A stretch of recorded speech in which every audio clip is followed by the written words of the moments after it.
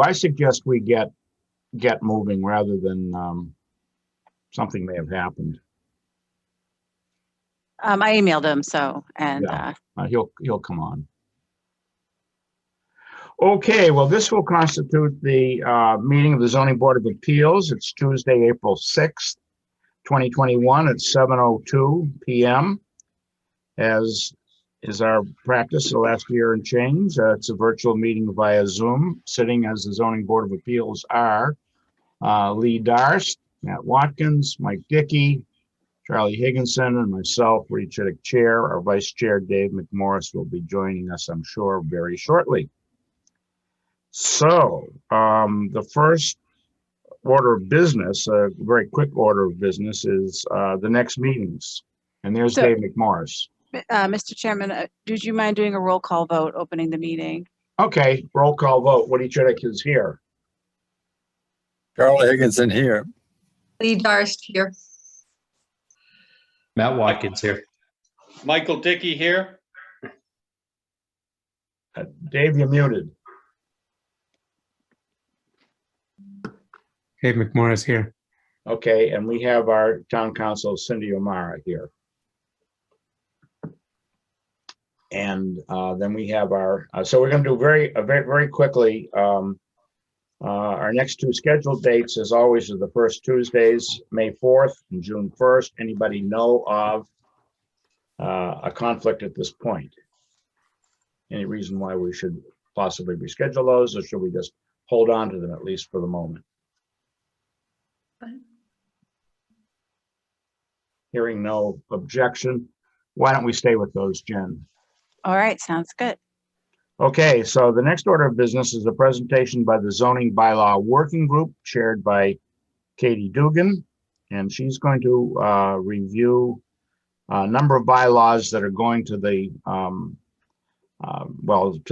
advisory committee, then the selectmen, and ultimately town meeting.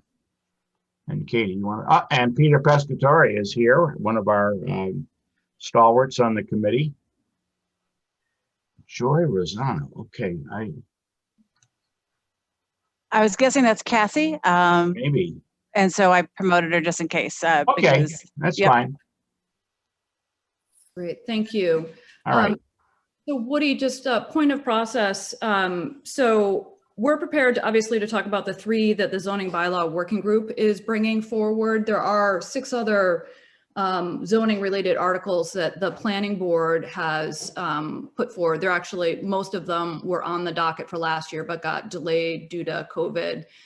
So I don't know if you want to go through those in addition, but I'll focus my comments on the three. Why don't you? I'd like to leave just 2 or 3 minutes on the a recommendation to drop the pernicious sentence in 12.5 first paragraph, which forbids us as a board from dealing with any use variance or use special permit. And that was, as Katie said, was on the docket about 1.5 years or so ago. Yeah. So we can talk to that afterwards. Board in June 2019. The implementation committee started meeting in January 2020, and one of the first things we did was come up with a series of recommendations regarding the initial focus of what needed to get implemented in town. And one of those recommendations was to form a zoning bylaw working group to focus on the development and the ultimately, hopefully, full implementation of the 20 or so zoning strategies that are articulated in the master plan. So one of the things we did was we went to the select board last summer and requested a working group be put together and charged by the select board, and it was. And it's kind of a replacement of what was an ad hoc committee in the past that includes now formal representation from the master plan implementation committee, myself and Cassie Malatesta. We have Jack Crichton from the select board. Woody Chittick is on representing the ZBA. We've got 2 members of the planning board, Paul Cleary and Tom Callahan. Peter Pescatore, who's here tonight, is on from Open Space and Rec. And then we have support from Jen Orem and John Hallen. I would love to come back at a later date and really share a little bit more about some of the larger goals in terms of what we're working on related to zoning. That's kind of a little bit more relevant in terms of the master plan itself. But what I'm going to focus my comments on tonight are just the 3 articles that we have proposed for annual town meeting. And again, I'd welcome the opportunity to come back and talk to you more about what we're doing as it relates to 3 major goals we have for the next 12 to 18 months. One is residential zoning, a second is harbor zoning, and a third relates to housing options. And so hopefully I'll get invited back to do that. Jen, just to kind of kick off, we'll start with the easy one, which is the sunsetting of the senior multifamily residential overlay district. So just as background, and again, what we did for the spring town meeting was we really tried to tackle things that we thought were achievable. A lot of what we're working on for kind of the next 12 to 18 months are much meatier conversations that we'll need to have with your board, planning, and frankly with the community. But what we chose to tackle for sort of the upcoming annual town meeting were some more modest ones. This one actually falls under our category of cleanup. Of which there's quite a bit because the bylaws haven't been recodified completely since 1989. So the senior multifamily residential overlay district was actually adopted in 2002. And in the 19 years since its approval, there have been 0 applications utilizing Article 16. An amendment was made at annual town meeting in April 2006 to actually sunset Article 16. But the language that was created in 16.1b unfortunately made a reference to Cook Estates, which at the time was being contemplated to being developed under Article 16, but was subsequently actually developed under a different article. So the fact that the sunset provision that was put in by the town in 2006 referenced Cook Estates created a legal inconsistency.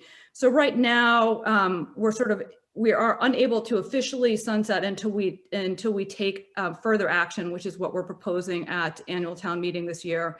In addition to the fact that it was the will of the town to sunset this and there have been 0 applications, since 2002, our zoning bylaws have continued to evolve, and there are some legal inconsistencies that exist in Article 16 versus 2 overlay districts that were adopted subsequently, the transit overlay and the Harbor Village business overlay.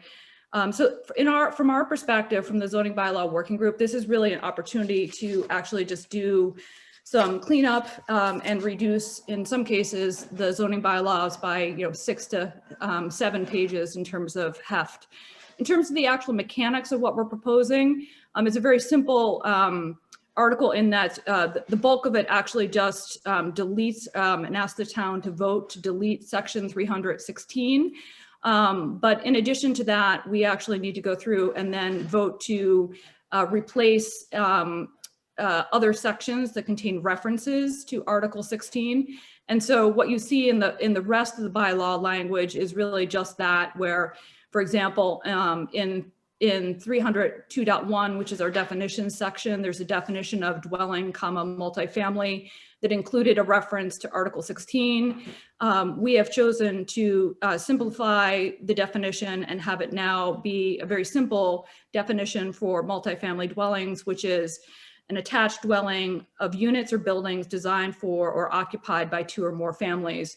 Part of the reason we chose that definition is that it's actually internally consistent with the definition of dwelling multifamily that was put in place when the residential cluster overlay district was put in place in Article 10. And the rest of the citations, I won't go through them unless you guys are interested, again, are just deleting specific references to Article 16. So the major thrust of this is just the overall deletion of Article 16, sunsetting it as was intended, and then obviously the deletion of the references. So are there any questions on that, concerns? It's pretty cut and dry in terms of cleanup.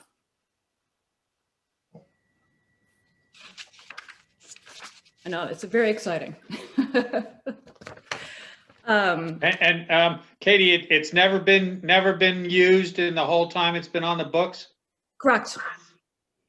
Yep. I mean, I will tell you that part of the reason is that, to be frank, it's a very specific parcel that can qualify.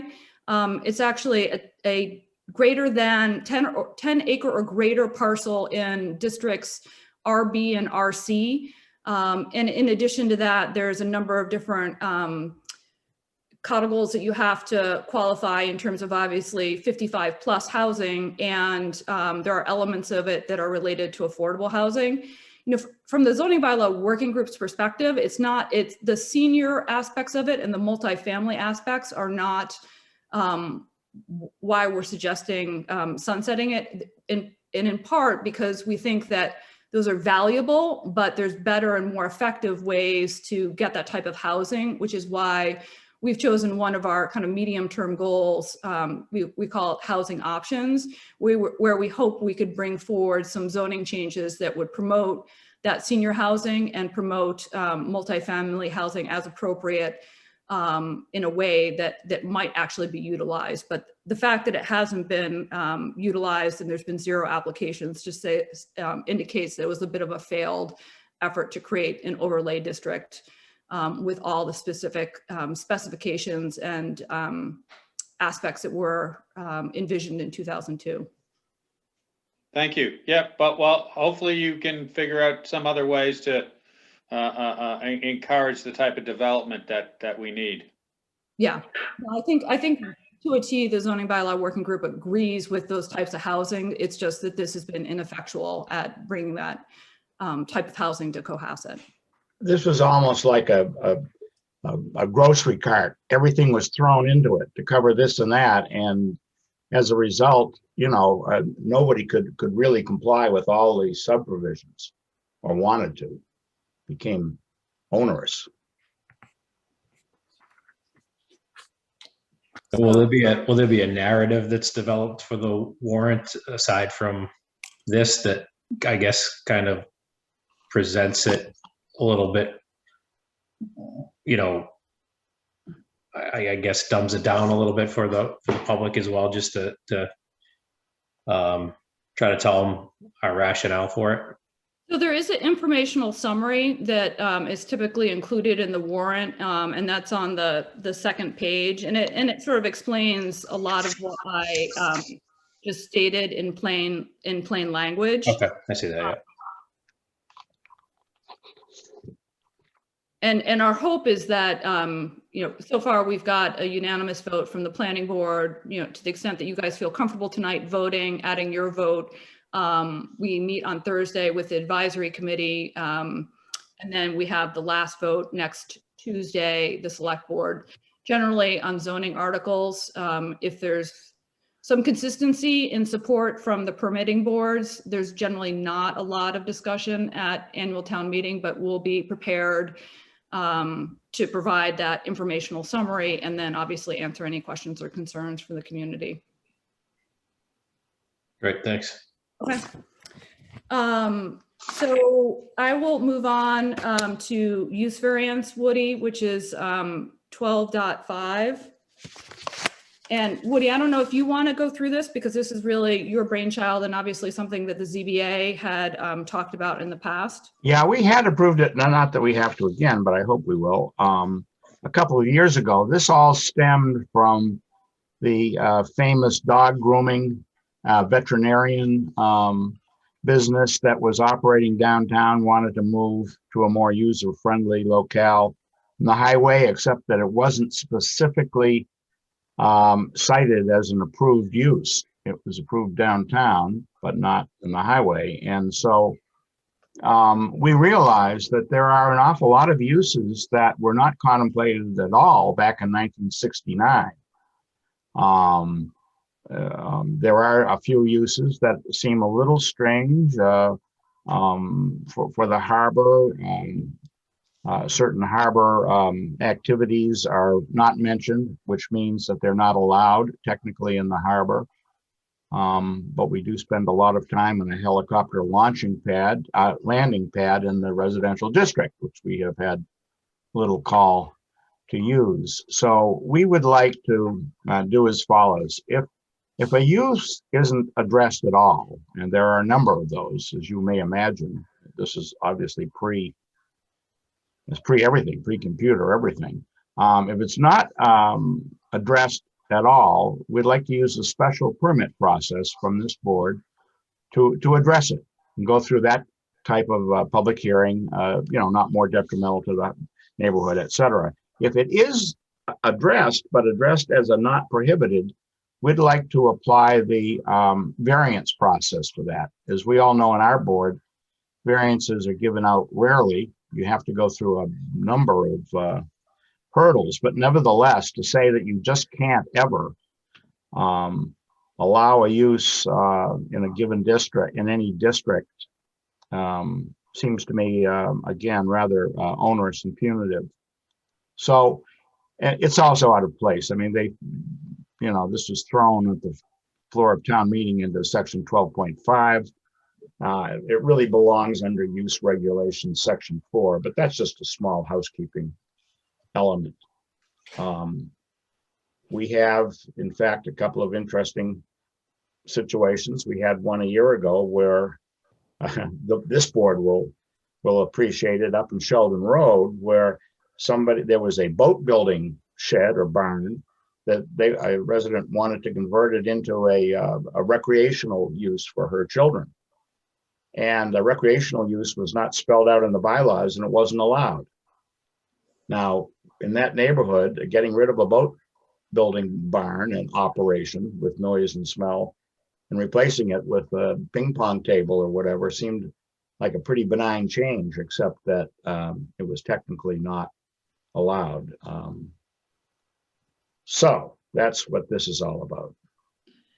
And I think the other thing that at least our working group discussed is the fact that, again, the language that is in our bylaws today in 12.5 was inserted as a motion on the floor of a town meeting in 2001, and it wasn't vetted particularly by any of the permitting boards.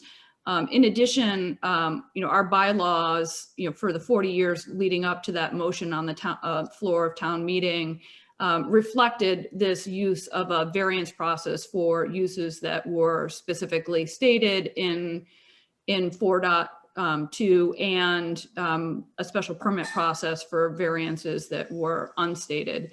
And it's also typical in most zoning, in other communities, that it's this kind of process. So our 12.5 was a little bit the exception to the rule in terms of how other permitting boards and ZBAs handle use variances and use special permits. So in our mind, it was sort of heading back to what we thought was a more appropriate stance, which is the ZBA having the ability to use their discretion in terms of a variance and a special permit process.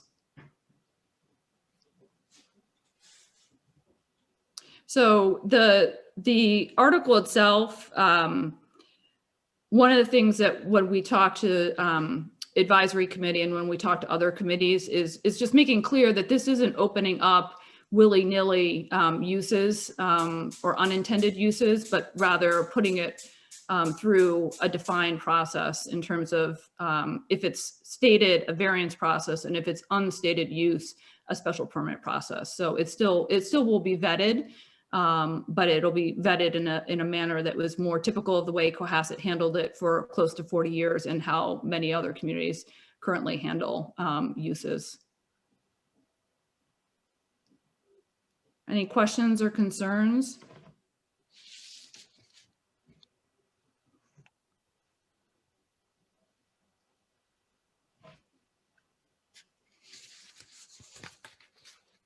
I think you could move on.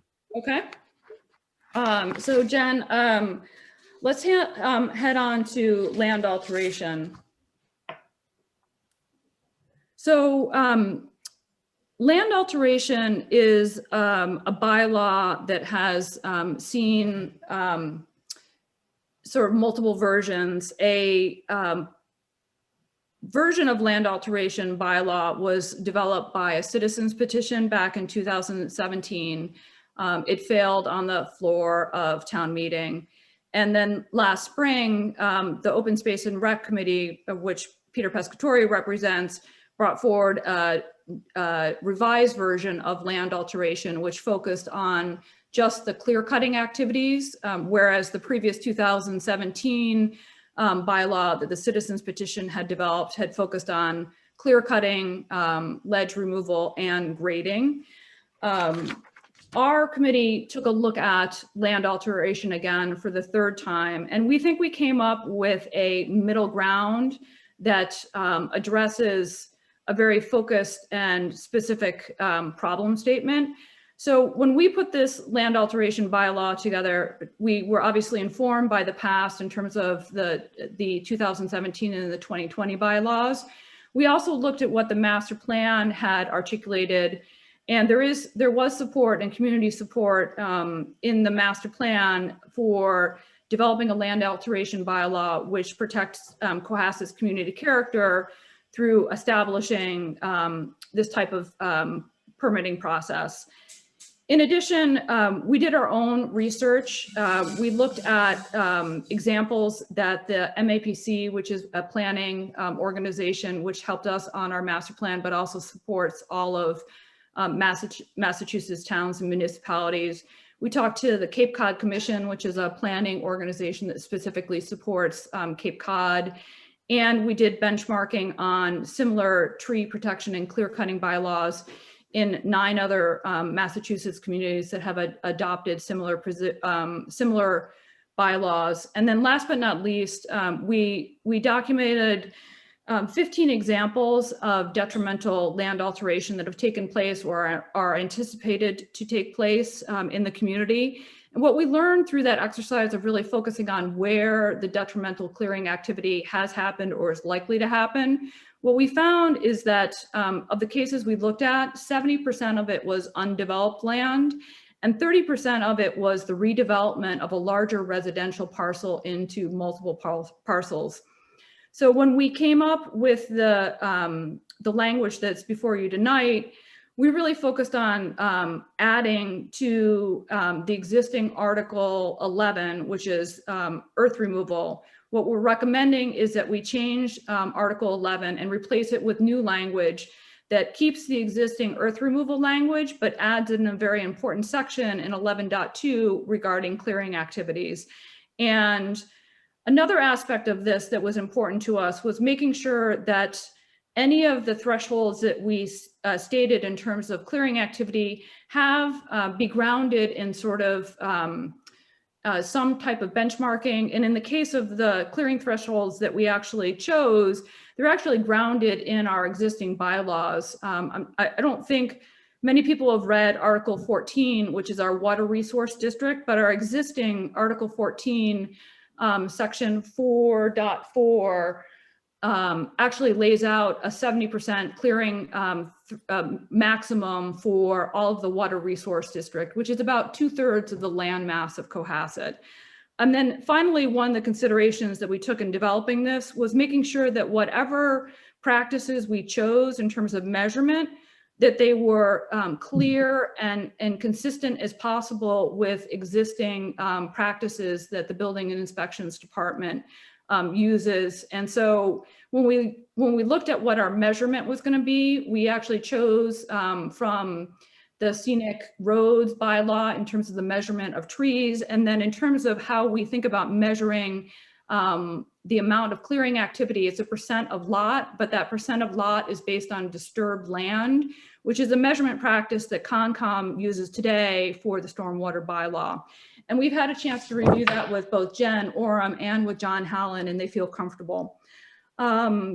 Last but not least, there were 2 other aspects that we talked a lot about. One was the fact that a lot of the land alteration activities, particularly as it relates to clearing, one of the things that happens is it actually happens prior to even issuance of any permits. And there's an example that's already happened in town in the last 6 months. If you're familiar with Windy Hill, for Windy Hill, it's the first lot going up Windy Hill off of Jerusalem. That lot was actually cleared prior to any permitting boards having review of the parcels that are being proposed to be developed. And so one of the things that we do in actually 11.4A of the proposed bylaw is prohibit land alteration activities prior to the issuance of a permit, so that the permitting boards have a chance to review and in their particular lanes approve the development before clearing activities can take place. And the last thing that we included was actually a notification requirement in 11.4D to Open Space and Recreation Committee, because one of the things that the Open Space and Rec Plan that Peter Pescatore and others worked on and was approved by the state, there's this goal of the Open Space and Rec Committee having some input into land use, and in particular in the clearing of clear cutting activities. And so it's not obviously a formal authority, but rather a notification requirement to that committee if they care to comment on the special permit application that could be submitted under 11.2. So with that, Jen, maybe I can walk people through the specifics of the language, but I did want to give people some background, because this is certainly a bylaw that has been talked about in town before. You guys may be familiar with the 2017 version that your committee was asked to look at as part of a citizen's petition. This is very much an evolution of that, and I think a much more focused land alteration bylaw that we're recommending.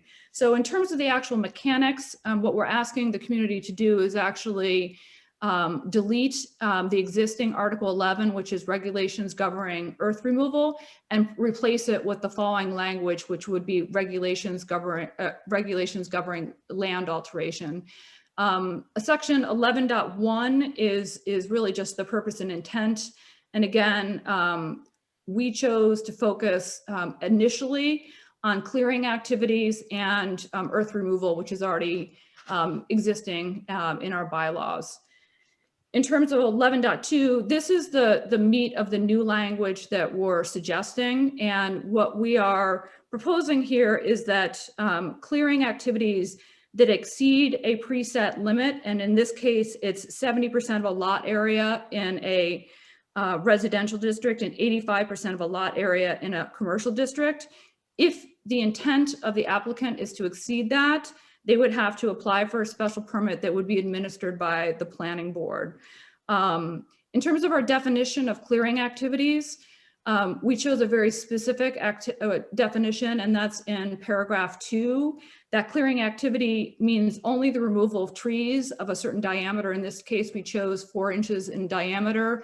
That is congruent with what is used in the scenic roadways bylaw. And again, we've chosen to measure it as a percent of lot area, which will be the square feet of the disturbed earth, a measurement that is currently used for Concom, divided by the total lot size. In terms of how we've applied this, a couple things. We, in looking at the examples that we focused our problem statement around, one of the things, and looking at examples of bylaws in other towns, there are a couple bylaws, in particular Framingham, that recognize that smaller lots, in particular in this case, 18,000 square feet or less would be exempt from this requirement, in that smaller lots often have challenges in terms of development. We also chose to focus the clearing activities on 3 categories of land. So the clearing activities do not apply to every single parcel in town, but again, 3 specific categories. In B, as you see before you, it is all open space. And for open space, we actually are prohibiting the clearing of lots unless it's necessary for a permitted or a grandfathered use. And in general, a permitted or a grandfathered use refers to forest stewardship plan activities that would be guided by the Massachusetts Department of Conservation and Recreation, or activities that might relate to emergency or storm events or just general safety. Under C, the second category of land that we focused the clearing activities was specifically around undeveloped lots. And we chose to use land use codes, which are something that the assessor's office and the state of Massachusetts uses to categorize every single parcel. in town. And so the land use codes that you see reflected here, the 100, 130, 131, and 132 actually refer to residential undeveloped lands. The 300s and the 400s actually refer to commercial or industrial undeveloped land in town. And then the last category, the ones that start with 0, are actually parcels that are mixed in use. We chose, there aren't very many of those, but in some cases, a parcel in town can be categorized as having one or more uses. We chose those that that actually have residential uses and captured those as undeveloped lots. And again, the limit that we chose for undeveloped lots in terms of the trigger for the special permit process is if you were to ask or want to clear that more than 70% of a lot area in a residential district or 85% of a lot in a commercial industrial district, that's when the special permit process would trigger. And then in the section D, we actually covered a third type of property that we thought was important to cover from a clearing activity perspective. And this was residential lots that are developed currently, that are in Land Use Code 101, but were being subdivided or reconfigured into multiple lots for redevelopment. And again, in those cases, clearing activities would not be permitted to exceed more than 70% of those residential lots. And again, when we looked at our problem statement, about 30% of the examples that we came up with fell in this category D, where it was a residential lot that was being redeveloped or subdivided. So that's kind of the meat of the clearing activities. There obviously are, in E, what we're trying to accomplish here is that somebody doesn't clears to just under the threshold, and then after the permit is granted and a year passes, then chooses to clear the additional amount of land. And so what we suggested is that there is a moratorium for 10 years after the initial development before you can clear additional, just to kind of create that ban of somebody doing it in 2 phases. And then the last section F under this is really just the articulation of what activities would be exempt. And this is largely typical in all of the tree and land clearing activities. It's, clearing on the 3 types of lots or land that we've included, the undeveloped, the redevelopment, and the open space. You would be exempt if it was storm or emergency related, activities related to forest management plans, construction or maintenance of public streets or private streets or utilities, and then agricultural. And so that's kind of the exceptions that we've laid out here. I'll pause here for a second and see if there are questions on clearing activities, because this is kind of the major focus or the thrust of this bylaw. On E, Charlie Higginson talking. Yep. The 70%, is that 70% of the original lot or the subdivision? 70% of the Lot area. What's the lot area? Is it lot area of the whole original lot or as it's being subdivided? That could make a huge difference. So in our mind, it was of the subdivided. Do you think it needs some clarification there? Well, I think so. Okay. I think what you're driving at, Charlie, is that you wouldn't want to sort of average 3 remaining undeveloped lots to bring your 70%. The effect of the 70% could mean 90% on a given lot. We don't want that. It's no more than 70% on any lot. Yeah. Rather than 70% of the beginning lot. Okay. As long as that's clear, that's fine with me. Okay. We'll take another look at it. Thank you. I will say one other thing that we want to assure people. I know ledge removal has been it's a very hot topic in this town. And we're not done with ledge removal. What you see here is what has existed since the 60s, for the old Section 11 intact.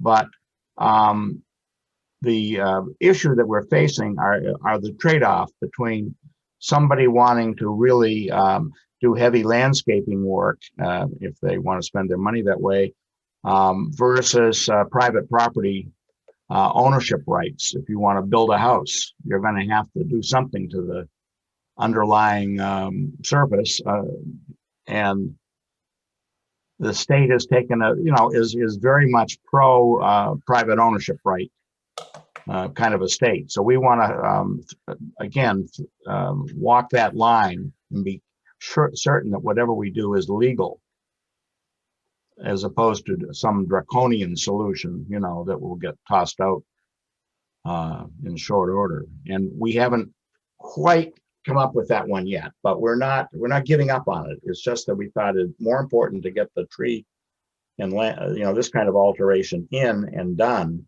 and then tackle ledge than to wait for the perfect. And I think, to be honest, there are 12 individuals who have come forward. A number of them are actually abutters to the 4 Windy Hills, Lot 31 and Lot 32, that are looking to be developed, that have expressed the concern about ledge removal. And it's a theme that obviously started back in 2016 when both the lot and the ledge were removed from that parcel on Nichols Road that got the attention from the citizens petition. And honestly, when looking at the language for ledge removal that was included in 2017, it was a very arbitrary measurement in terms of any above grade ledge that was 2 feet or higher of pre-construction elevation.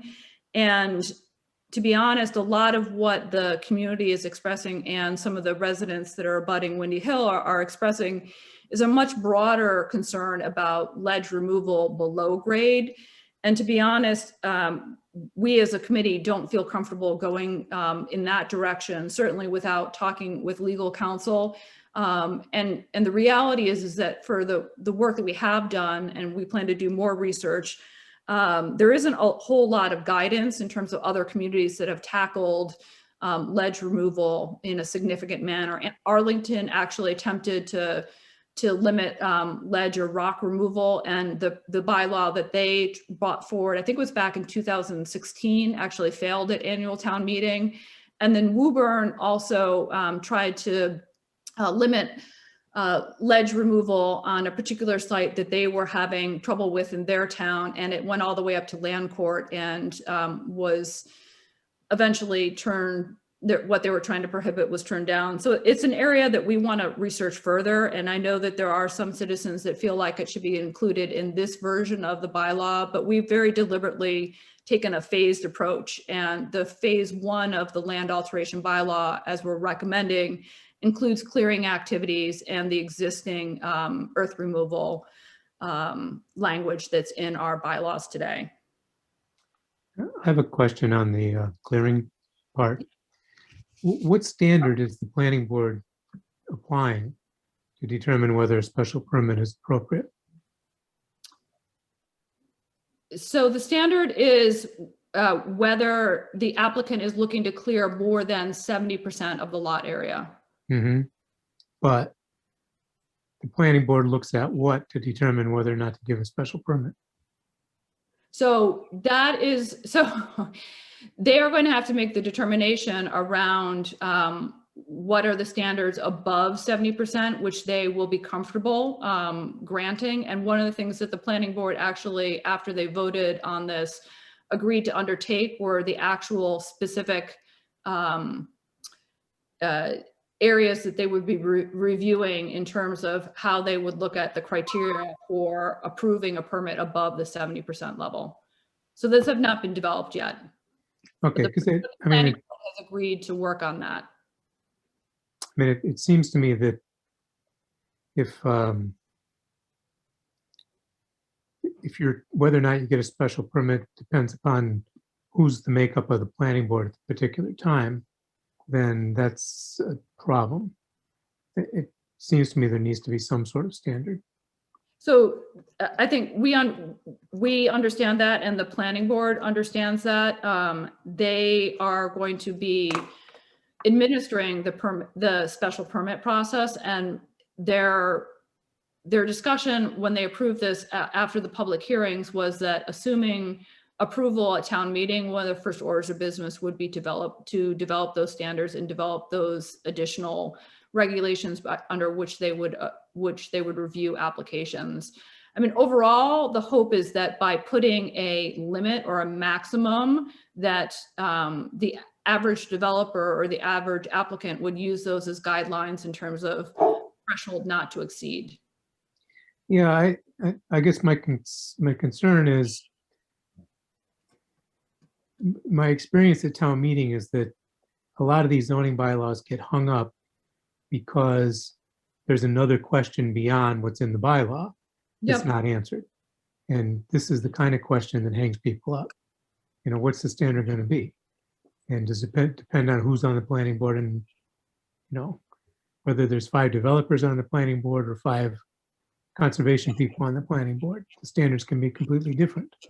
And Yeah. telling people that, well, after you pass this, then we're going to come up with the standards, often hangs up these kinds of bylaws. I don't disagree with what you're saying, David, but I also know that what we've proposed here is a much narrower focus. I mean, part of the issue that I personally had with the last version of this, what went to annual town meeting, is that the limits when it came to clearing activities and frankly ledge removal applied to every single parcel in town. You know, part of our hope is here by scoping this to where the true problem is, which is the undeveloped lots and the redevelopment of existing larger residential parcels, that the community will feel comfortable that that is a targeted conversation versus, you know, when I looked at it last time, I frankly said, well, if I wanted to clear a section of my my parcel to put in a pool, am I looking at a special permit process? And the answer in this version is no. We really are targeting a very specific problem. So I absolutely hear, and the planning board absolutely agreed to develop those standards and regulations by which they will administer it. But again, the goal in the first place when we developed this was to make it very targeted for a subsection of parcels instead of every single parcel in town. So you don't have the average bear in town getting concerned that they're not going to be able to clear a section of their lot to put in a play set for their children. I think we'll have to, I'd like to ponder this a little bit, not to change the bylaw, but I think it's the way it's pitched, Dave.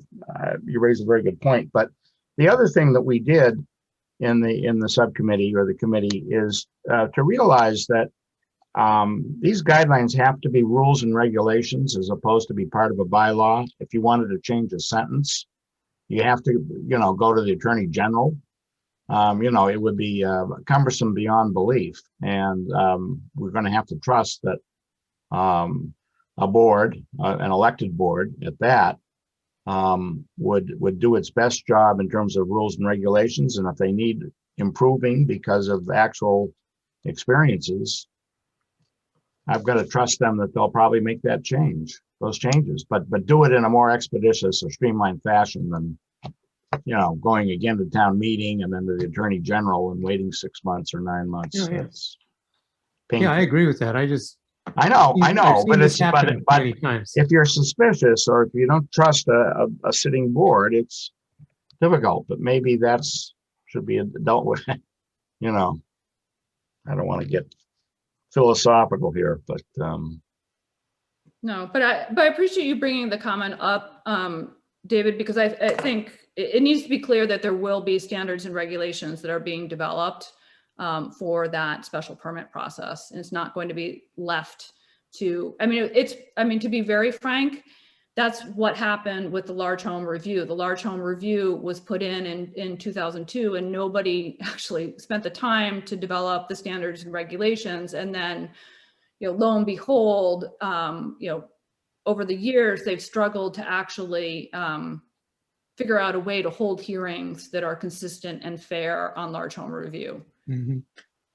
Well, that's a recipe for disaster. The people who have to go through it hate it, and the people who want to comment, get frustrated because there's no enforcement powers. But I think as far as this particular process is concerned, I think it's important at town meeting to let people know that any rules and regulations will be subject to public hearings, Okay, so they That's- know they have an input.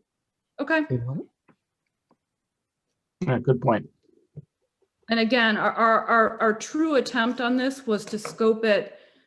I mean, we really had a lot of discussions about scoping it to a specific problem statement and really trying to address the core of the concerns and not creating a bylaw that swept up every single parcel in town just because maybe somebody might do something that is, you know, detrimental from a clearing activities perspective.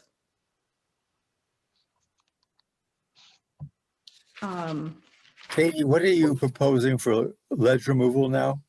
So we're proposing nothing for ledge removal in this. No, wait, not quite right. No significant changes, Charlie. We're just taking the existing 11 and putting it into this bylaw. Anything more substantive in terms of ledge removal has got to wait for a phase 2 or 3. Yes, so 11.3, what we're calling other land alteration activities is verbatim the earth removal language that exists today in our bylaws in Article 11. And we know that's not perfect by any means, but at least we're not throwing it out. Is it verbatim? I thought that you could do it every year, remove 10 cubic yards rather than once. This was one change. Yes, What? it's a single change. You're right.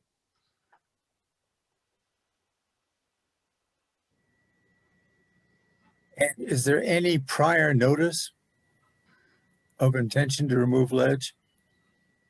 There is no prior notice required, no. The existing language basically eliminates, or what the intent was to eliminate quarrying activities taking place on people's properties. Today, the reality is that the land is so valuable, the earth and ledge removal that takes place is always related to is related to the exempt activity under, you know, A4, which is a lawful construction of a building, structure, sewage system, or other utility. There's, in terms of ledge removal or earth removal for landscaping activities, you don't see people removing pudding stones from their front yards because they want to. People are removing ledge in town in order to construct structures. I can think of an exception to that. Can you? Yes. Okay, I'd love to hear it. Up near Whitehead, there's huge piles of rocks which can't be removed, but have made the house an isolated castle, which you can't get to. But I think the Conservation Commission has been involved in this. Okay. Charlie, I would say offline because of the schedule tonight. I know this has been a particular interest of yours, but I think anybody in the zoning board should let's look at the language, particularly 11.3 and a couple of other areas, and say, is this enough, or is the permitting the kind of permit or approval you need clear enough here? It's fine on I think tree clearing, but you know, it's. I'm not objecting to that. I'm just noticing there's potential future problems. And one of the things that we've asked the citizens who are particularly concerned about ledge removal, and I'd ask the same thing of the ZBA, is, to the extent that you have specific parcels where you have seen activities that are concerning or are concerned activities will take place, that's the kind of concrete data that we need in order to be able to analyze and come up with a problem statement and a very specific scope of how we might be able to address it. But again, one of the reasons we're not bringing that forward right now is that we feel like anything that we would do, we don't have enough data points, and we don't want to rush the bylaw language because we know for sure that's how we get our permitting boards in trouble, when we come up with language on the fly that feels good to the community, but ultimately is hard to enforce, or has the wrong scope and lands out creating legal issues for us in terms of underlying land ownership rights. Okay, Well, with that, I would like to make a motion to endorse. I don't know whether it's endorse, approve. I don't know if we have approval rights here, but we could certainly have an endorsement, Recommend. a recommendation, certainly, on these, on the bylaws. The others, like updating the FEMA map so that we can all still qualify for insurance, home insurance and things. I don't think we need to spend any time on, but tonight. Some of those are absolute, housekeeping things, honestly. Unless you see one, but otherwise I'd like to, at least on the ones that we've discussed tonight, recommend approval, and I would make such a motion. I'll second the motion. Okay, moved and seconded by voice. All in favor? Dave McMorris, aye. Leah Tom Darst, Ferguson, aye. Okay, Woody Chidick, aye, and Mike Dickey, aye. Mike Dickey and Matt.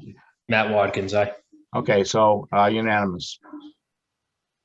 Thank you. I appreciate it. And I look forward to coming back to you guys on the night when you don't have a bunch of hearings and talking further about some of the areas that the zoning bylaw working group is focused on. Yeah, I think the interesting stuff is to come. I mean, such as multifamily and mixed use and things, as Katie had mentioned, multifamily at present is allowed, or at least under that one bylaw, in the RB and RC districts, not on the highway, not in RA, not in any place else in town. And that's really foolish, because multifamily could be a 2 or 3 unit mini development. It could be a 40 unit development, but they're all prohibited as we sit here. And of course, that's not good for our town.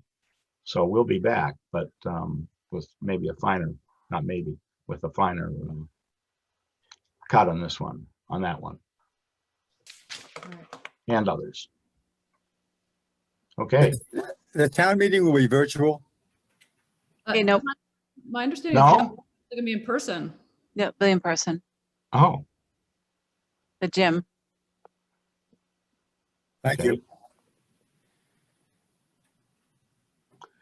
okay, with that, Thank you. and there's a few housekeeping things I want to save for later. I think we might as well go Yes. through the agenda, the hearing agenda. All right, I'm just promoting Adam Bradsky.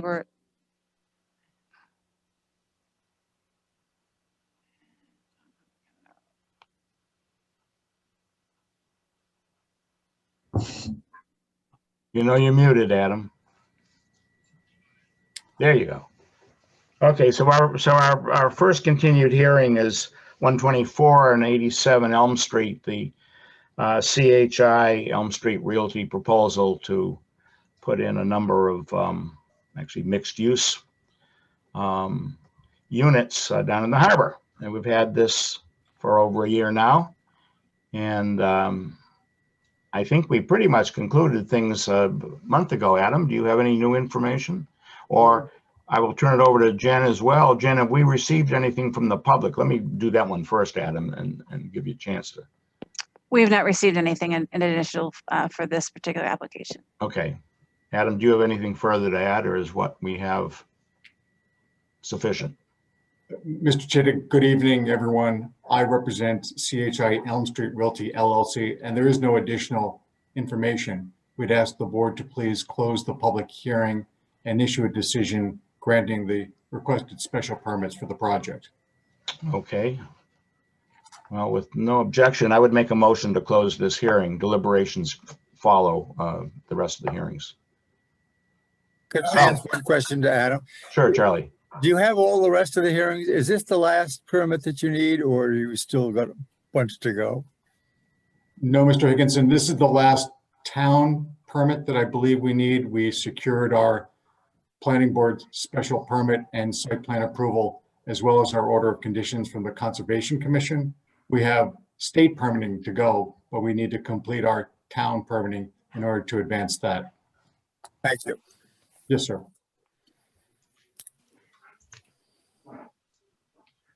Okay, I've made a motion to close the hearing. So moved. Moved and seconded. All in favor, Woody Chidick, aye. Carl Higginson, aye. Dave McMorris, aye. Matt Watkins, aye.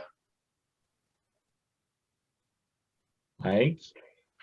I was, but Oh, you didn't really sit in this. I didn't sit And- on this stuff. I think I have to abstain, right? I think you're right, and Lee is abstained anyway already, so, but we do have four, we do have a voting majority here, so it's been approved 4-0 to close the hearing.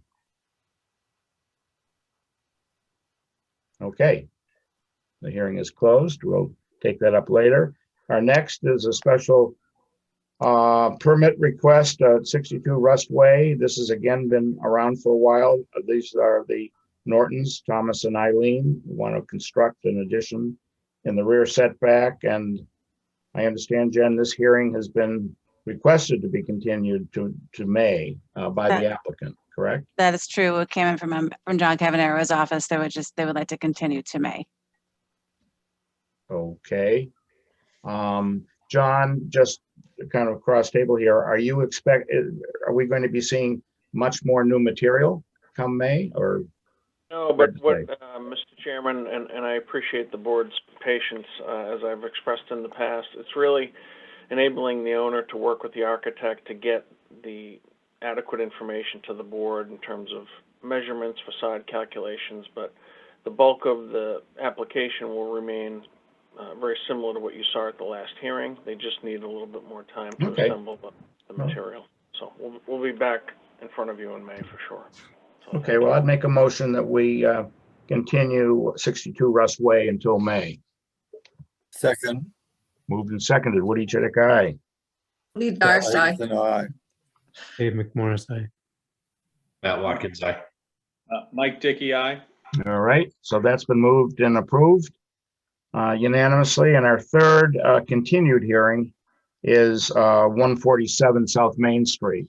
And that is for a mixed use, 3-unit mixed use development. Attorney Brodsky? Thank you, Mr. Chidick. And Jeff Hassett is going to join us. Excellent, thank you.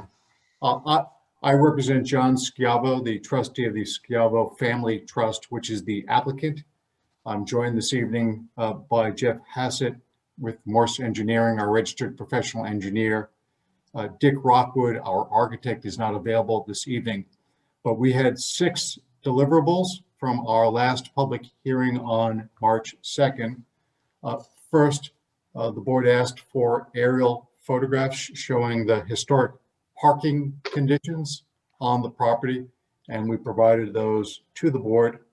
Second, the board asked us to consider the use of pervious paving for the drives and parking lot. And we have an updated plan set that Jeff will take you through where we have made revisions to include pervious paving for portions of those areas.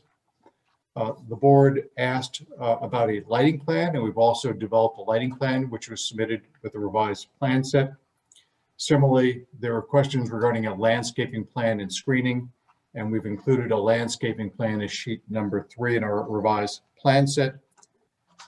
I was also asked to send along the Massachusetts contingency plan, the MCP reporting associated with the release of oil and hazardous materials at the site in connection with the fire which destroyed the building. And we provided those to the board, and I'm happy to answer any questions regarding that. And lastly, before I turn it over to Jeff, there was a question regarding the clarification of proposed uses and suggested hours of operations. We didn't submit anything to the board because we think we need to have a conversation regarding that.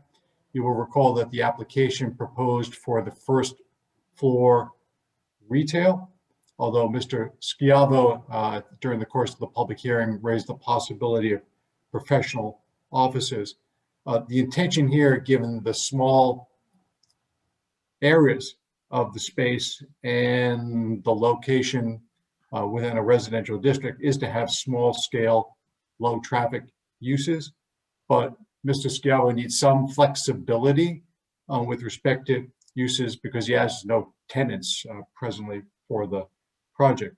And so if the board wants us to specify the uses, I'd suggest retail or miscellaneous business offices to allow Mr. Schiavo to have some flexibility in being able to lease out that space. With respect to hours, these are not any uses that are going to require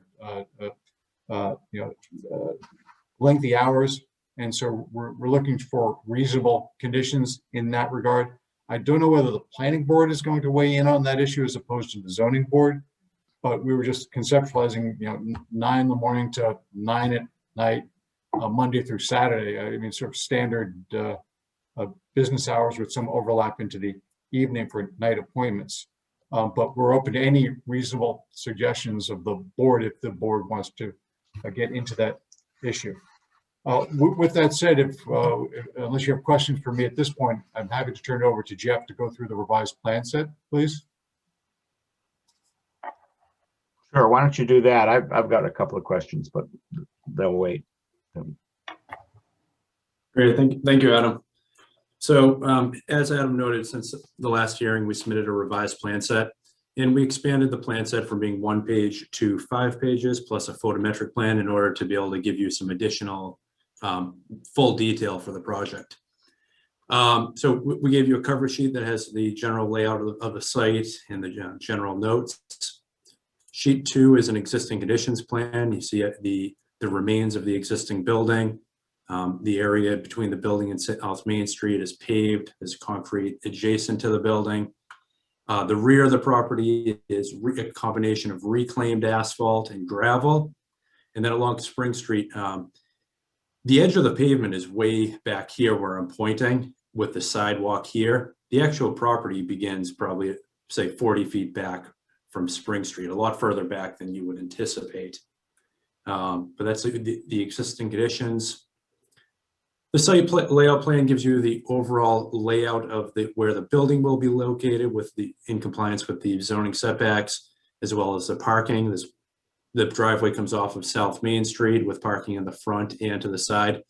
The general layout of the project really has not changed since the first submittal. We were just giving you additional information on it. On the site layout plan, we've incorporated landscaping as well. So along the perimeter of the project, abutting any of the developed properties, there will be a 6-foot tall stockade fence. There will be dogwood street trees along South Main Street, as well as throughout the parking area. Along Spring Street, there will be a rain garden that's planted with 40 shrubs, and then also a red maple, as well as a number of evergreens, and also evergreens to the rear. Sheet 4 is your grading and utilities plan. It gives you more information on the actual grading of the parking lot, as well as the utility connections, and as well as drainage. The pavement type is shown on both this sheet as well as the sheet before. And one of I'd say the most significant change we've made since the last hearing is that we've incorporated porous asphalt. The majority of this parking lot will be porous. And it does slope to a rain garden in this vicinity. So when you get an everyday rain, most of that water will infiltrate right through the parking lot. And the heavier rains, it'll flow to a rain garden that then overflows into the existing catch basin adjacent to the property. There as well, in addition, there is a roof dry well system. So all of the downspouts from the building will be infiltrated underground to the rear. So that's a drainage plan. We also provided construction details as well as a photometric plan.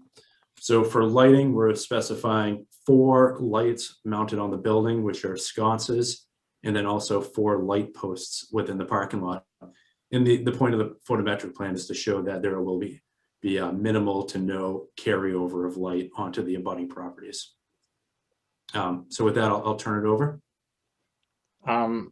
Yeah, just a quick question. I don't think the bylaw uses the word minimal when it talks about light spill. There is to be no light spill. No light spill, sure. So the only carryover is there's a minimal lighting in here, and I'm sure we can make some adjustments to the layout of the lights to bring that down to 0. And I'll turn it over to the board in just a second. Are you suggesting because of the porous material that this site in fact might comply with lot coverage percentages, the 30%? You know, the way we designed it, it wasn't specific to to trying to bring that down to 30. Coincidentally, it got it to 33%. But you know, the main driveway, the access way in, is still standard asphalt. So we could certainly reduce the impervious asphalt to get that number down 3%. Let me turn over to the board. I don't want to Uh, dominate the conversation.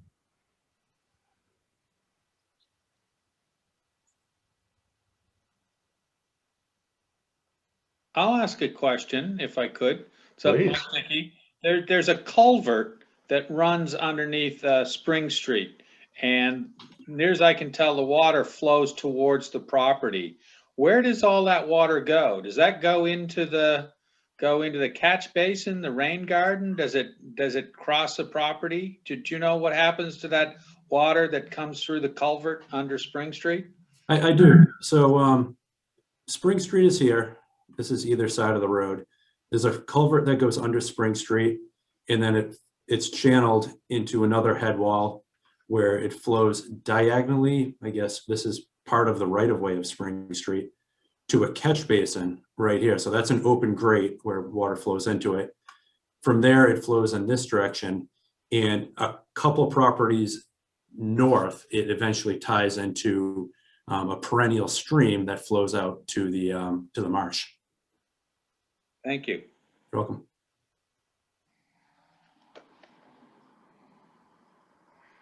Will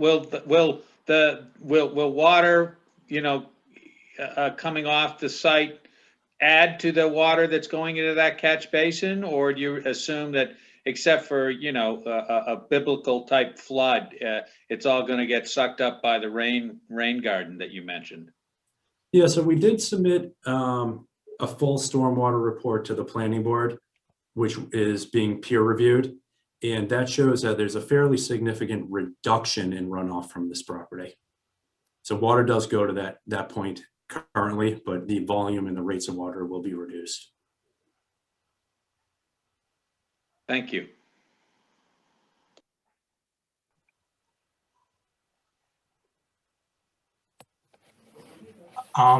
One thing you didn't deal with, Adam, is the 7.3 parking, which is, I guess, A, Bs, and Cs, but they deal with, I know that the regulations, because they are speaking about residential districts, are dealing with, by and large, single-family dwellings, but they talk about, no parking in the front yard, no parking within 5 feet of the lot line or whatever it is, and so on it goes. I mean, there are 4 or 5 or 6, conditions. Whether or not they were designed to deal with residential dwellings is interesting, but the way the bylaw is written, it deals with any use or structure in a residential district. How would you deal with that? I haven't had time to look at your submissions.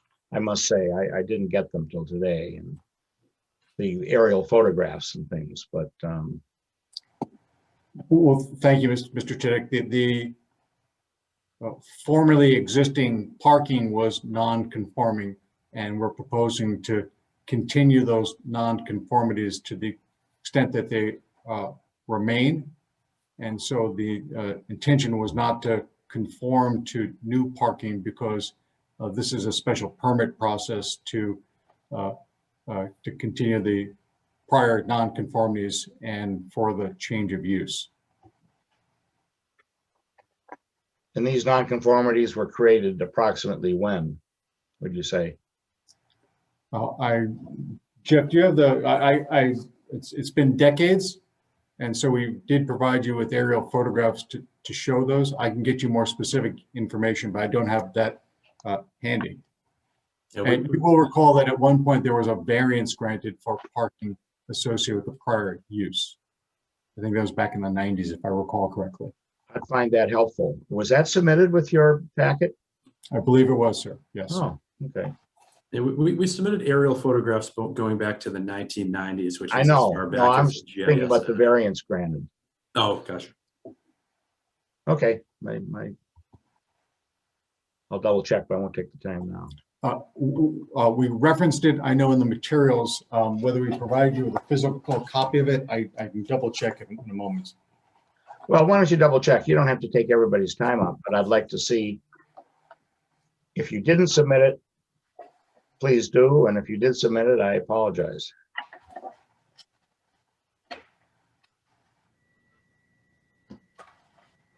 I just had two questions, Jeff. Could you just point to me where the four lights are that you referenced in the parking lot and where the ones are mounted to the building? Sure, there's a light post here, here, here, and here. And the wall mounted lights are here, here, there, and right here. Okay. And those freestanding lights are what, 20 feet, it looks like? 18, I believe. 18?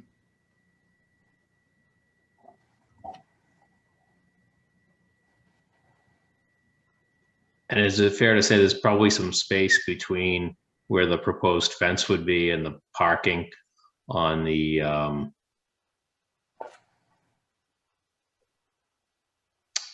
top of the screen there?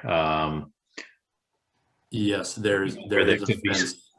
It could be some additional landscaping if warranted. Yeah, it's a 6-foot stockade fence along this property line, well as this property line. Yep. And this one as well. There is some more room, yes, for landscaping in addition.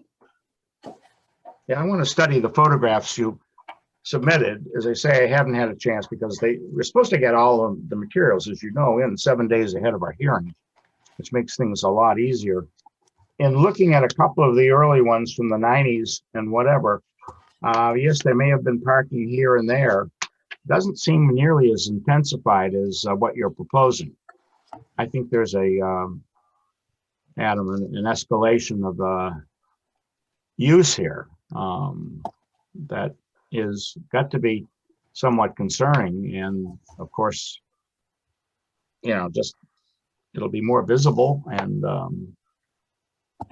probably the traffic may increase on this property or exiting out to South Main Street. I know you're trying to comply with what's needed, but you're claiming grandfathering is okay because you're nudging on the side yard and the front yard, etc. But grandfathering doesn't count, perhaps, in your argument if you're going to be adding many more spaces than practically existed. I don't know whether that parking lot was ever striped. I never spent any time studying it.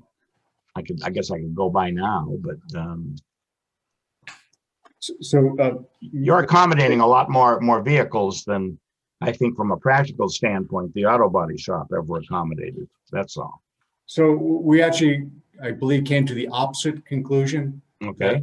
Prior parking on the lot was much more intense than what we're proposing. And this reflects a reduction in the parking. And again, we can provide additional information to the board, but that's what we used to develop our parking counts. Okay, well, if you would, I think what's happened, of course, you've moved the building way back. And so what was formerly, a lot of random cars, vehicles, I guess, it's a little hard to tell, in the back, they were probably not visible to too many people, one or two neighbors or butters, but you're going to have a lot of parking visible to people now. But why don't you provide that? Yeah, I mean, we'll have to continue the hearing for me, to study this, but So I don't want to, draw a conclusion at this point. I'm open to a counter. Yes, thank you. And you may recall that the idea of moving the building towards the rear was that the building would be less visible from the street, which we thought was a better alternative than having the building on the front of the street and the parking behind. Yeah. So that was the entire motivation for the layout, of the project. Just to clarify, we did reference the variance in the application and called it out, but I will provide you with a copy of it. I can't. Does not look like we provided a copy with the materials, but we referenced it in the application. I'll have to go back and double check that. Okay. But I want to turn it over to the rest of the board. I mean, I have a tendency to talk too much. Adam, I had one other question that I was going to ask. With the dumpster enclosure, is the thought there that that's like a, something that's wheeled in and out of this space for pickup, and it's, covered at other times, or what's the thought there? Mr. Watkins, I'm going to defer to Jeff to answer that question. Okay. Yeah, that would be a fenced-in enclosure with a gate on one end of it where the dumpsters would be covered and wheeled out for pickup. Okay, so fenced in, but like an open top and a swing gate that like a trash truck would get to? Exactly, yes. Okay.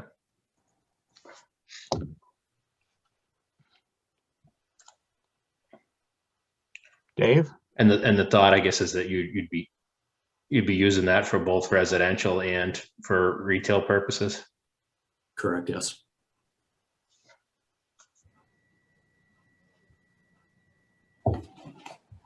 Dave or Mike? I haven't heard from you guys yet. Too much. I think a lot of the concerns that I had, particularly with the lot coverage and the permeable surfaces, I'm happy to hear that that's being addressed. The other things that I'm concerned about are water flow, particularly toward the neighbors, and the light spill. It is a residential neighborhood, at least to one side or two sides. And I guess it's probably a less intrusive use than was once there, but certainly much more intrusive use than the empty lot that's there now. And it is a good opportunity to harmonize it with the neighborhood to the extent possible. I think that a lot of the things that I was concerned about, I think this plan has addressed. But again, I haven't had a chance to really dive into it very much because we haven't had it for very long.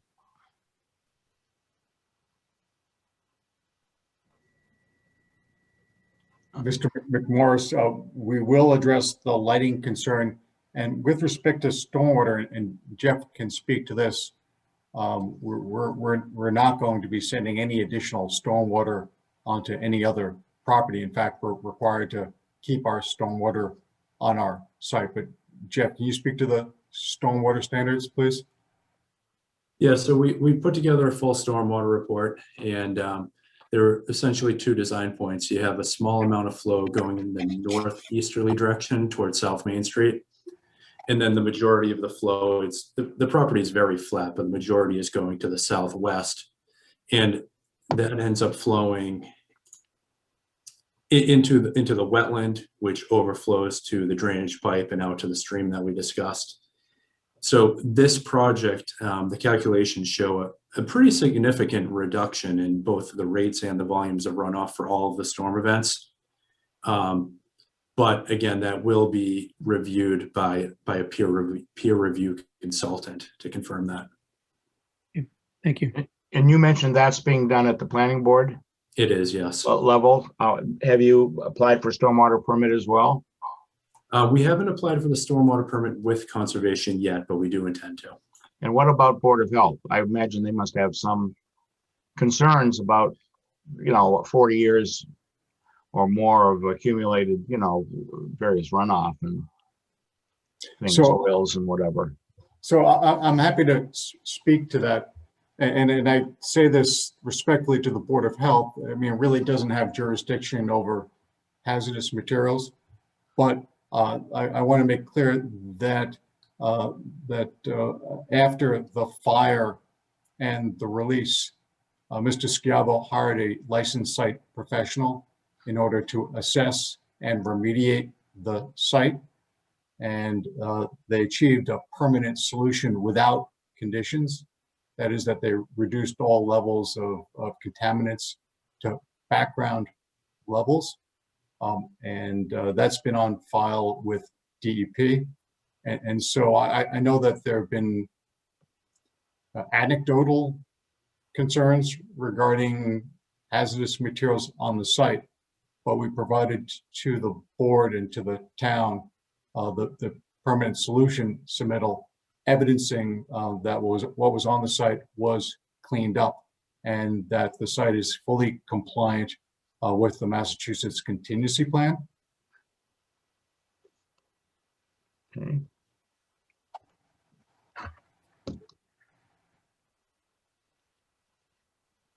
All right, we'll have to certainly study those reports. What about you, Mike?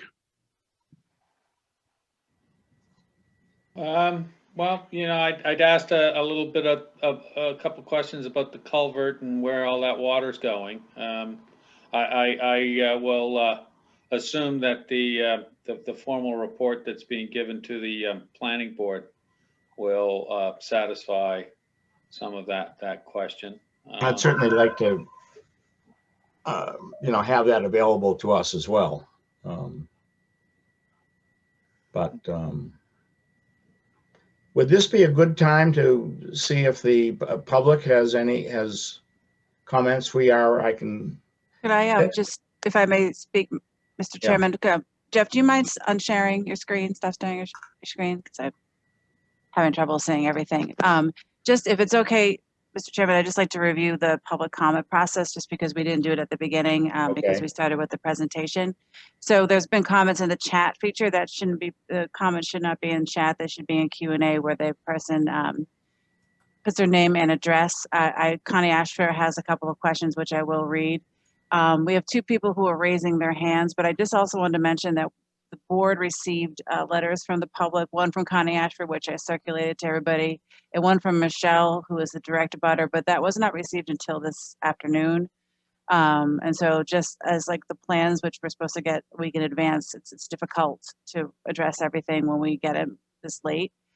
So I just was going to read, if you want, what Connie has asked. But also wanted to address that the peer reviewer will receive their materials as of today. And we do plan on having that report hopefully for the meeting on the 14th. We're just confirming all of that. So we'll make sure, and that is, I have also asked that any concerns of the ZBA also be addressed.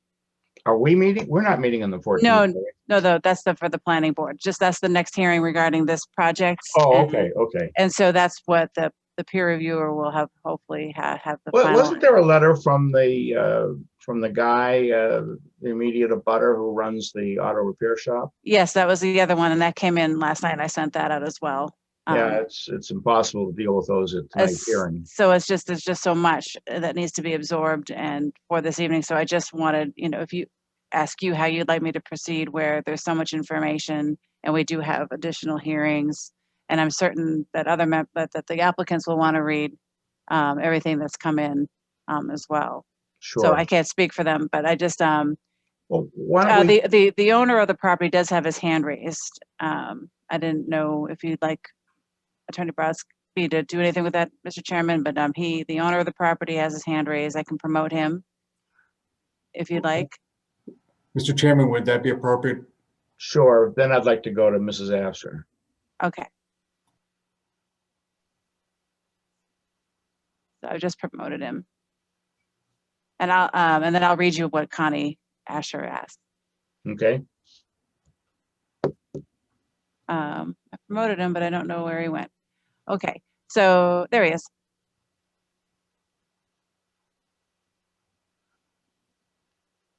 He's muted. Yes, Mr. Shavo, I just promoted you. Did you want to speak to the board? All right, he might have stepped away. So why don't I read what Ms. Please, Asher. Michelle. All right. We don't want Okay. dead air. We don't want dead air. So, Mr. Chair, I'm just going to read what, so Mrs. Asher lives a couple houses down from the property. Most of her concern is about flooding and that her backyard and basement already get flooded. So any additional water will further contribute to our flooding problem, both in the back of our house and the front of our house. I believe at the last hearing, they said the pitch of the property would drain into the culvert at Spring Street, which empties into our backyard. And then the stream empties 100% into our backyard. And then she also wants to know if there are any existing old tanks underground on the property. Okay, there are two parts to that one. Yeah, so I'll take the drainage. The Okay. majority, yeah, I think we've touched on this already, but the majority of the flow does go to that culvert currently. And the stormwater system has been sized to reduce the amount of flow to that point. And again, that will be peer reviewed and by the planning board, and it will also require a stormwater. So is it your understanding that it empties into the Afshar backyard? I don't know which property the Afshars is. What address is that? It was not entered in, but it's two houses down if you're looking at the property. Oh, the front. Yeah, on Spring Street. That makes sense. Yeah. No, it's on South Main No, Street. it's on South Main Street. It's not the direct butter residence. It's the Oh, one It's beyond that. 141 South Main Street. Okay. Yeah. Yeah. The rear of their property. That makes sense. So it's likely that this will be adding to flow. You said that you thought it would probably reduce the flow. Yeah, this project will reduce the flow to that culvert. Yeah, that culvert is one of our design points, and the calculations show a reduction in flow to that culvert. Okay, and that's being peer reviewed. It is, yes. Okay. What about the tank situation, Adam? Well, thank you. I mean, don't have, unless you want Jeff to answer, I don't care. I mean, just oh, someone. no. I don't have any personal information regarding underground storage tanks, but like any other property, if there are underground storage tanks encountered during construction, they will have to be removed and disposed of in accordance with DEP's underground storage tank regulations. It's no different than any other property. Mr. Scavio may have some information regarding that, but I don't have any information regarding underground storage tanks. And I see that Mr. Scavio's hand is up, but I don't know if it's appropriate to ask him that question. Jan, okay with you?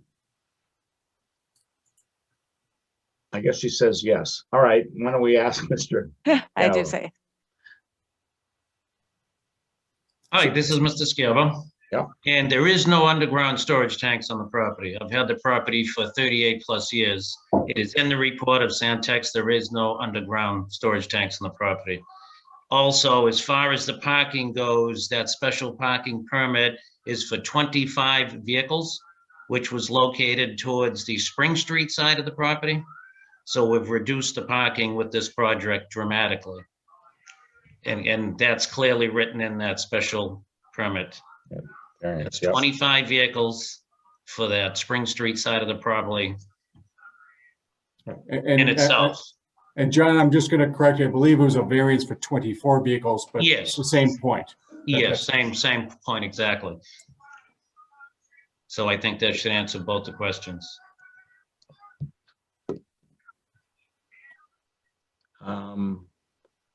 Lee, is Lee recused in this one? Yes, she is. Okay, We still do have an attendee with their raised hand. I've asked them to write in the Q&A. They have not, but it is the neighbor, Michelle, who has written an extensive letter that was received today, I believe, that I forwarded to everybody.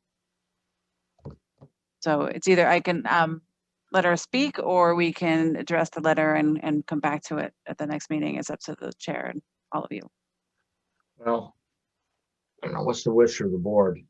Well, I know there was a there was an issue in one of the letters about a hydraulic lift that's either on the property or was on the property. And while Mr. Schiavo's here, it would be helpful to know what the answer to that is. And the answer to that is there is no hydraulic lifts on the property. I removed one hydraulic lift that was there from the, previous owner in 1984. And that was not, that was not removed because it was leaking. I updated to all electric lifts, so there is no hydraulic lift on the property. And you're saying you haven't used that since 84? As far as what? The hydraulic one that was There- left over? No, there is no hydraulic. No, not lift. anymore, there isn't. I but there removed was. it, right. I had the building for 1 year, used the lift. It was in perfect working condition. I just updated it to the newer style electric lifts in 1984. Okay, so this was done in 84. All right. Yes, sir. Yes, sir. Mr. Chittick, the entire industry went from hydraulic lifts to electric lifts some. Above ground, right, above ground electric. Yeah, no, I was just trying to get the timeline here.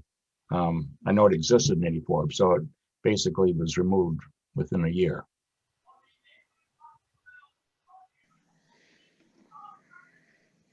Do we have, What do you think? Maybe to answer Jen's question, I know I'm not opposed to hearing from, somebody who, yeah, no, if it's Does it- easier, then have them sit there and type. I would just say, or remind them that their comment or question should be addressed to the chair and, to eliminate kind of a A back and forth or sideways conversation. Yeah. Right, and also if the matters have been addressed to not be repetitive, that's generally the standard. So Okay. I can let her speak through the. Why don't you?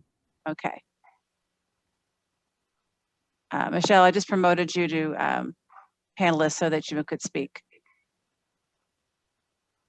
Can you hear me, Jen?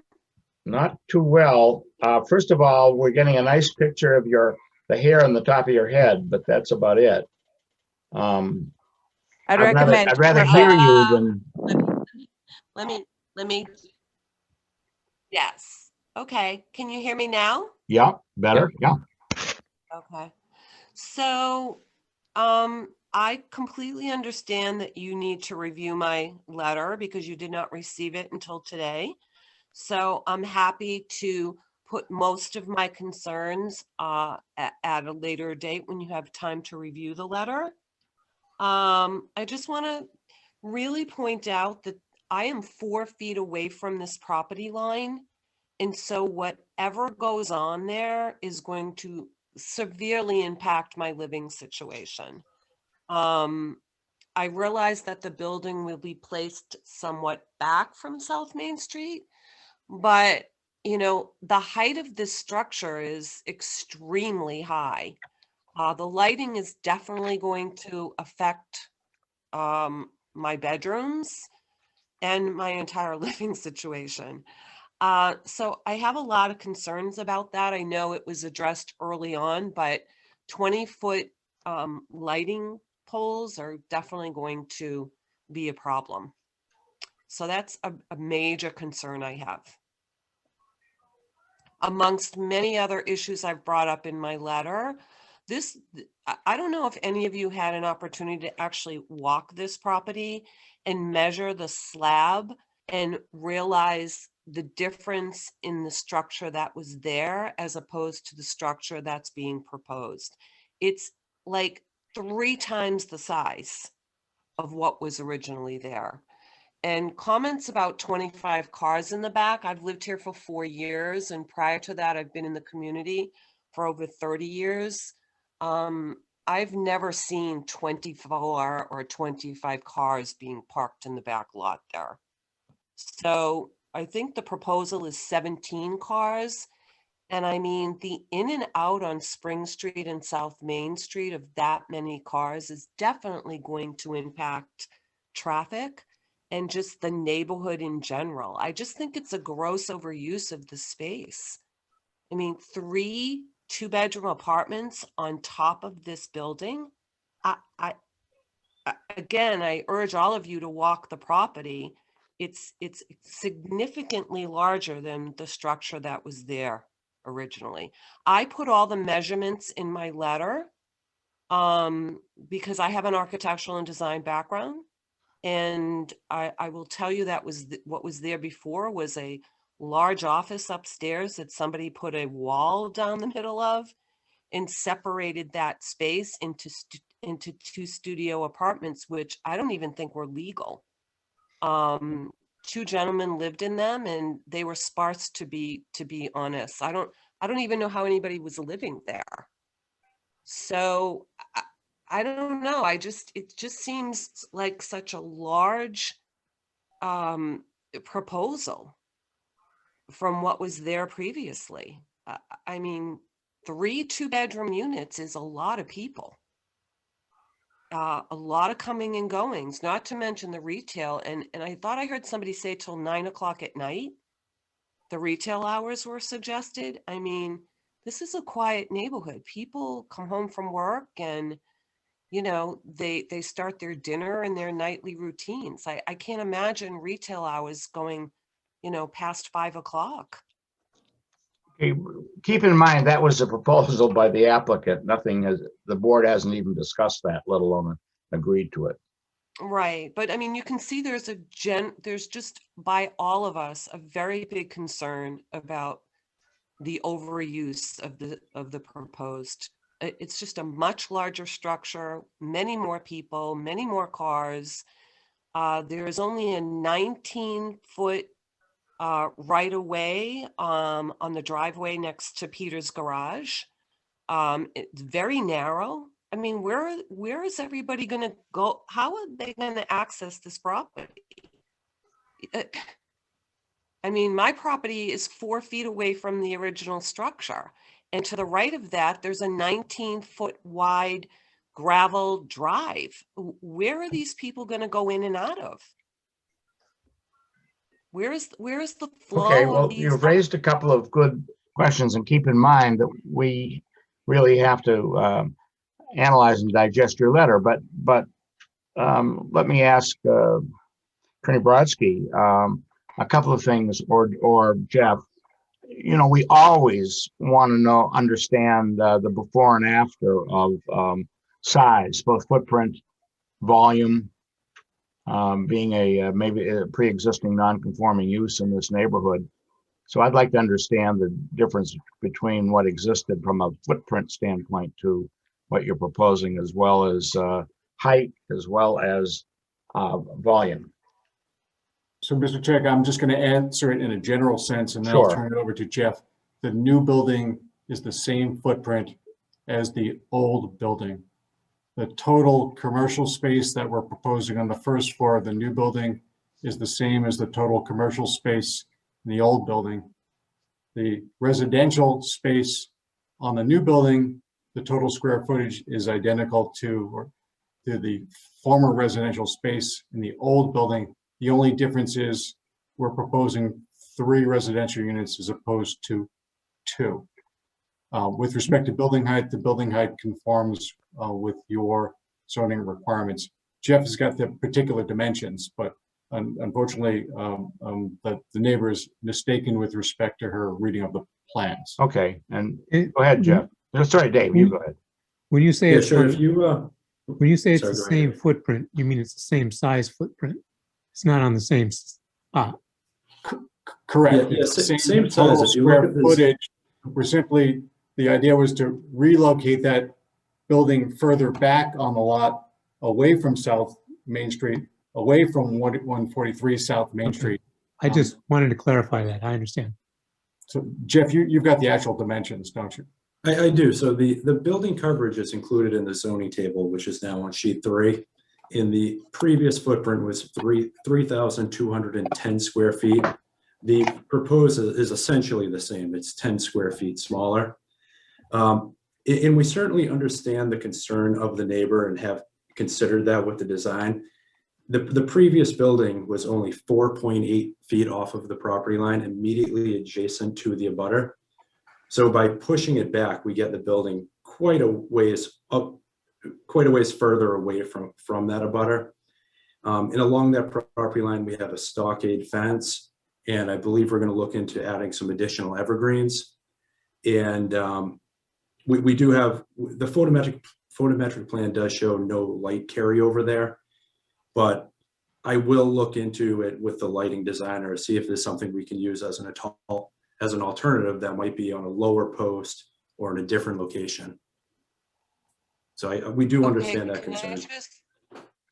Okay, I will just tell you, I've been in that building several times. I don't know where you get, I've done all the measurements and I've been in the building. I don't know where you say to me realistically that you're going to put 3 2-bedroom apartments on the top of this building and stay within the 2 studios that were upstairs were 11 by 18. That's it. Somebody put a wall down the middle of that office space. Okay, well, was this in your letter? Yes. Okay, as you know, we just haven't had a chance to review it. Sure, and that's We what I said, will check the dimensions and between Jeff and Adam Brodsky and anybody else, I think you're raising some legitimate questions, and but rather than try to deal with this verbally, I think it'll be a lot easier between now and our next hearing to actually analyze plans and some before and after data, which will be public or made public. Certainly, we're not trying to hide anything, but I hear you. You've got concerns that this may be a lot larger than that which existed. We've been told otherwise, so we'll do our due diligence. Appreciated. Thank you so much. Yeah, I mean, that's what we can do right now. Well, I just think that the board needs to recognize we live here. We're going to be dealing with this 24/7. And, you know, we just really want to make sure that people understand that. Absolutely. It really. No, you have absolutely every right to be, you know, to ask questions. You have every reason to be concerned, and it's our job to, you know, assess or analyze this to make sure that it's not more harmful or incongruent with the neighborhood. Thank you. And you're just catching us before we've been able to do that analysis. That's all. Well, are there other people, Jen, who are in the queue? No, we're all set. Thank you. Okay, there's no question about, there's an issue of flooding. I don't know, in terms of an open culvert in the back of the Avstars property, whether that's their responsibility and liability. It sounds like it might be, but I don't know. If the peer reviewer comes back and says there'll be less drainage or less water flow, all to the good, so on and so forth. But right now we're still in an information gathering mode. I would suggest. Is there more that we need from the applicant at this point? Adam, I'm sure you understand. My strong recommendation is to continue this until May. I mean, we just couldn't do justice to, you know, careful analysis. I think with less than 24 hours. No, we understand. And to the extent we put the board in a difficult position, I extend my apologies. No, it's okay. I mean, it's an issue of time. I mean, there's only so much we can deal with tonight. I'm not trying to truncate anything. Does the board have other? And we're happy to provide additional information to the extent we can satisfy the neighbors' concerns. I do want to note, just to be clear, that the culvert that we've been referring to is not on the project site. It's not on our property. Yeah, it's over in Spring Street. Yeah, that's correct. So there's no question that, you know, water has historically flowed into it, and as Jeff has made clear, we're improving conditions by reducing the amount of flow. But there's nothing that we can do to control the present water that enters that culvert from other sources. No, good point. Well taken. What other information? Let me ask the board. I think this is our opportunity to ask for additional information between now and, please not the next hearing, but between now and a couple of weeks from now at the latest. we will get to see the original variance. We will get to see, I don't know, I can't control the peer reviewer, but at least they're busy at work. With any luck, as Jen points out, maybe in a week or so, we'll have a peer review report to also peruse. We'll have a little And more, if the volumetrics are here, we can look at that as well.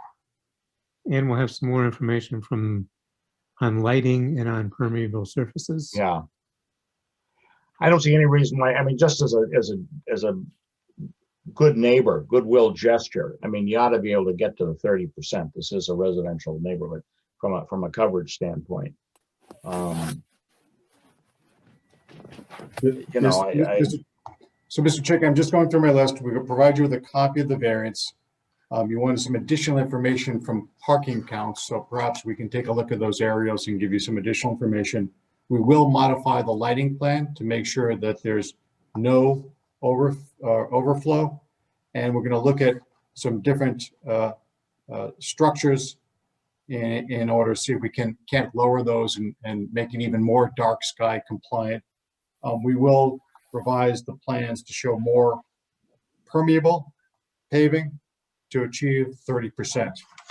Is there anything else that you wanted us to provide? Well, I believe the neighbors have a lingering concern. It's not necessarily fact-based. That doesn't diminish what they're saying. They have a concern that maybe even predating Mr. Schiavo's ownership of this lot, I guess when Rich Sylvie or somebody owned it, who knows what's in the ground? Who knows what's underneath? Now, you've done an assessment and filed it with DEP, I think, right? You said? Yes, so a licensed site professional retained by Mr. Schiavo performed a site assessment, performed the remediation, and reported all of that information to DEP, and we've provided that information to the town. And has that gone to the planning board or the, which boards, Concom or? I provided to Ms. Oram, and so I don't know to whom it's been distributed, but if I can offer an anecdote, you may recall that for many years, the Situate Proving Grounds were thought to be a federal Superfund site, and there were rumors that it was going to be a horrible environmental disaster. Ultimately, when a developer came forward and went out there and performed a site assessment, it turned out to be a de minimis site, and it's now, I believe, the site of the Toll Brothers project in Situate. So I know that there are concerns regarding environmental issues. I don't want to diminish those concerns, but we provided a licensed site professional's assessment of what actually occurred. They did sampling of soils on the site. They did sampling of the waters that were contained within the foundation as a result of the fire, and all of that data is available.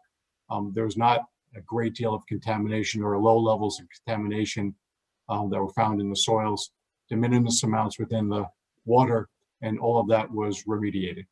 Okay, so Jen, given that that's available, just I mean, as a courtesy, I think we ought to inform the three boards that, or the two boards at least, that have an interest in this, and that would be Concom and Board of Health, and it's already before the planning board. But just, whether it falls within their jurisdiction per se or not, I think we'd all feel better if they had that information in hand and either decided that it's, beyond their purview or not, but that's up to them to decide. Is it available? I'll forward it again. I don't recall Well, getting if it. you've done it, fine. Yeah, I'll look. I must have, if Adam said he sent it. So I know that Pam's already reviewed it because it's available online. You can go publicly and look at it. So just I'll make sure they're all clued in.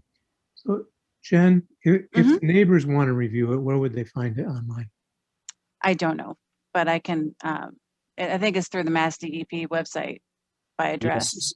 Right, I had, excuse me, Ms. McMurray, it's Adam Brodsky. I had reported to the board that the information was publicly available on the DEP waste site lookup website. And so after the hearing, I was don't recall who reached out to me, probably Ms. Oram requested that I provide copies of those, and those were, I downloaded those myself from the public site and then emailed them to Ms. Oram. So That sounds those are familiar. readily available on the state DEP waste site lookup website. Okay, thank you. Okay, well, I think in that regard, Jen, I'm wondering if we could just make available the link, you know, to facilitate someone.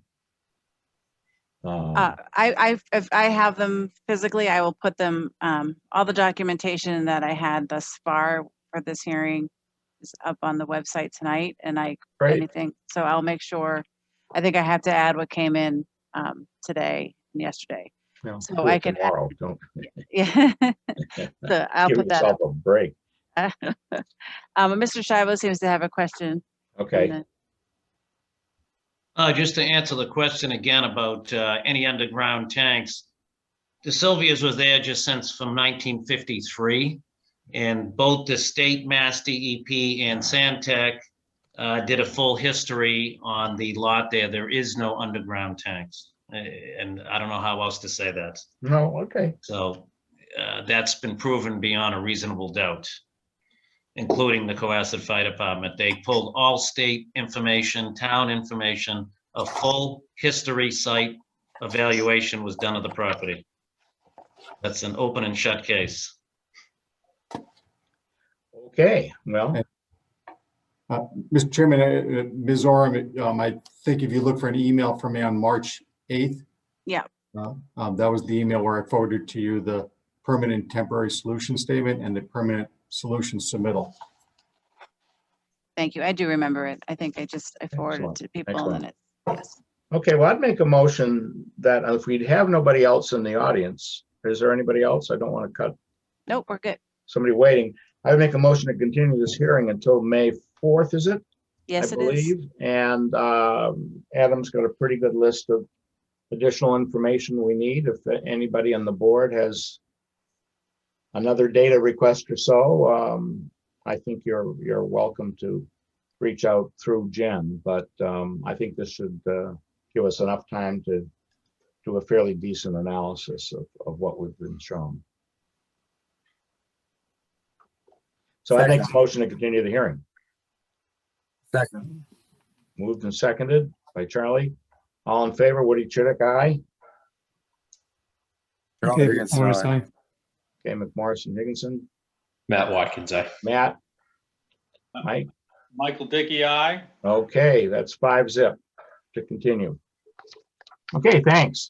Although we probably you. haven't seen the last of you, Adam, I'm guessing. No, he's next. Jeez.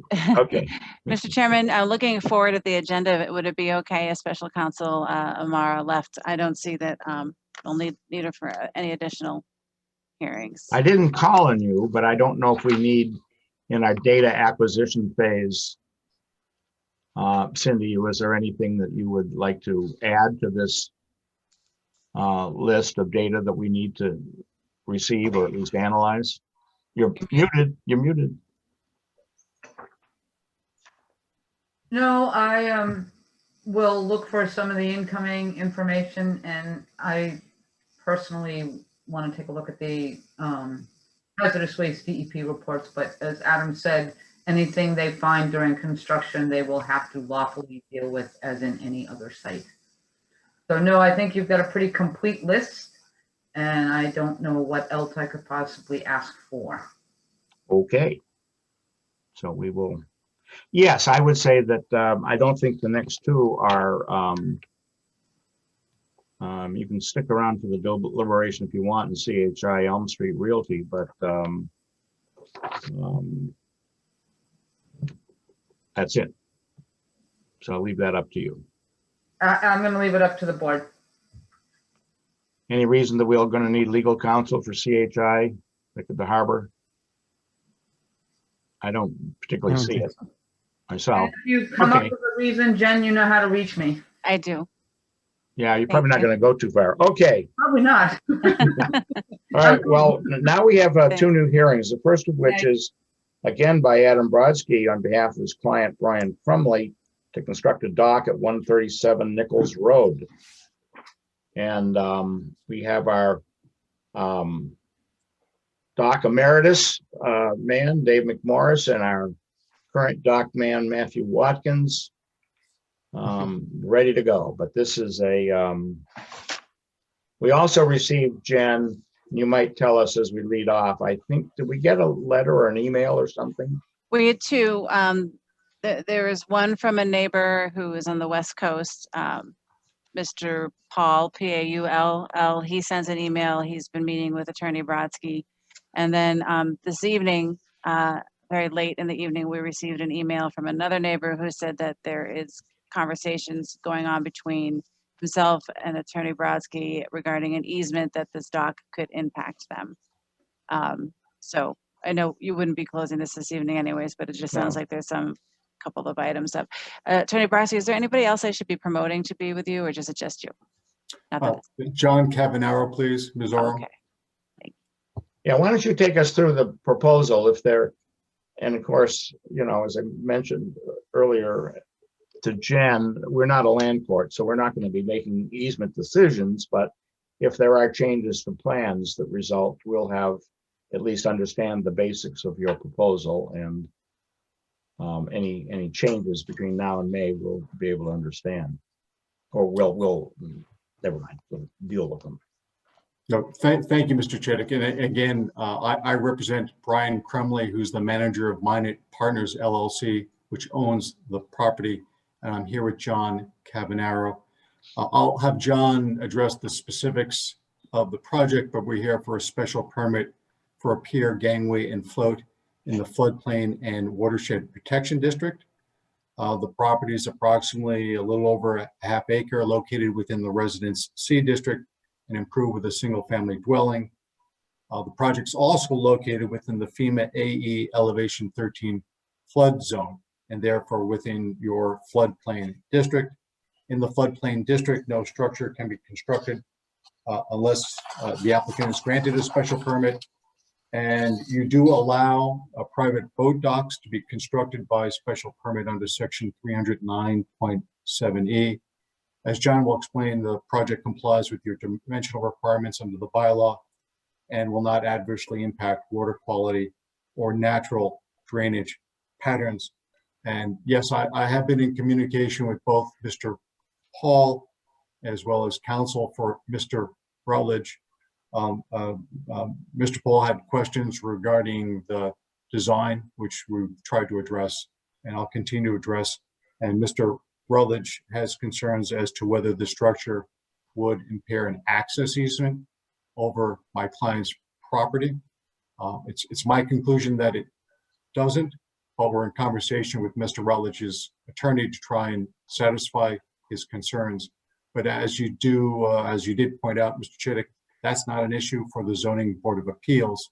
If there's an issue with respect to an easement and access, that would be an issue for the land court. And so with that said, I'll turn it over to John. He can take you quickly through the plan. Thank you, Adam. Good evening, members of the board. My name is John Cavanaro. I'm a civil engineer at Cavanaro Consulting at 687 Main Street in Norwell. And what I'll do is I'll share my screen that illustrates the site plan that was submitted as part of the special permit application for 137 Nichols Road. So 137 Nichols is situated on the corner of Nichols Road and Atlantic Ave, directly across from Sandy Beach. As Adam mentioned, it's about a half an acre lot. And its southeasterly corner of the property is fronts, we'll say, on Little Harbor. So this is really one of the very ends, far reaches of Little Harbor that one can access with navigable equipment. So the Crumleys have lived here for a few years, and they've made use of sort of a meandering path that makes its way through some phragmite over the salt marsh into the tidal area. And what they'd like to do is to have a cleaner, elevated access so that it's easier to access, it's more usable. It still will be sited within the tidal flats, so there is somewhat limited use of the structure. but it'll be a lot more accessible and manageable than simply just trudging through the salt marsh into the mud flat. Naturally, there's limited size vessels that can be used for this area, so it's primarily for kayaks and very small crafts. So what the structure is essentially sited to run up against the rear lot line. The front lot line is Nichols Road with 2 sidelines, and this is essentially the rear. Like most dock applications, the docks end up sort of crossing or becoming very close to the rear lot line. So this is no different. This is sited right up against the rear lot line, staying on the property to access as much water as possible. It's a fairly short and compact system. It's about a 35-foot long pier with approximately 10 pile supports for the pier itself. There will be a 24-foot ramp and a 10 by 16-foot float that will be seasonally removed. So the profile of the dock looks something like this.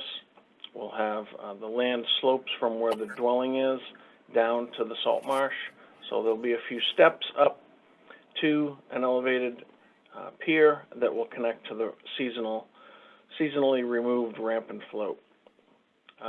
It's been designed to sort of minimize the profile with no railings since it's a short span, and we're trying to keep it as low to the ground as possible, but also maintaining the minimum separation to the salt marsh.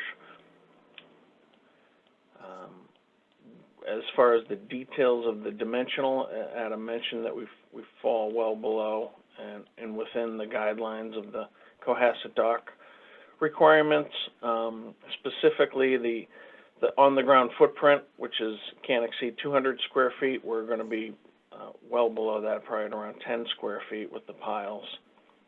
We have a structure that is, depending on how it gets measured, whether it's the pier 7 feet off the ground, or if we want to stretch that from the absolute lowest point to the absolute highest point, we'd probably be at around 14 feet. So about a 3-foot railing, and you pick up a few feet down to low water. So well below the 20-foot maximum structure that can exist under the guidelines. So this is our first step with permitting the structure. We will go from here to the Conservation Commission for an order of conditions, and then we will proceed to the state and federal permitting as required. Happy to answer any questions. Well, I have the plan on the screen, or I can stop share. Have only one. Is it legal to have that pier without railings? I thought state code said there have to be railings, or is that for something longer? So the code, it varies from honestly municipality to municipality. Some towns are silent on it as it relates to the separation, depending on where the high water mark becomes, because it's really an access point to something versus something where you would habitate. It's not a deck where you would hang out. It's really just a pathway to get to the water sheet. It's not designed to occupy. It's more of a pathway, but that's something that the building commissioner can certainly opine on at the time of construction. And Mr. Chittick, we particularly did not include railings to address Mr. Paul's concerns. He wanted to minimize the visual impact, and Brian Crumley shares that same concern. They want to minimize the visual impact of this structure. Yeah, I don't have an opinion on, I mean, that's fine, one way or another. I was thinking more about, is it legal or not? Not, if you can kind of lower the profile, that's your decision to make, I think. But anyway, okay. Answer mine. John or Adam, why is the side setback not a problem? I'm sorry, Dave. I can, you're talking about the setback to Mr. Paul's property line? So Yes, so the structure is located entirely on Mr. Crumley's property. DEP Chapter 91 has a regulation that says that they'd like to have a 25-foot setback where feasible.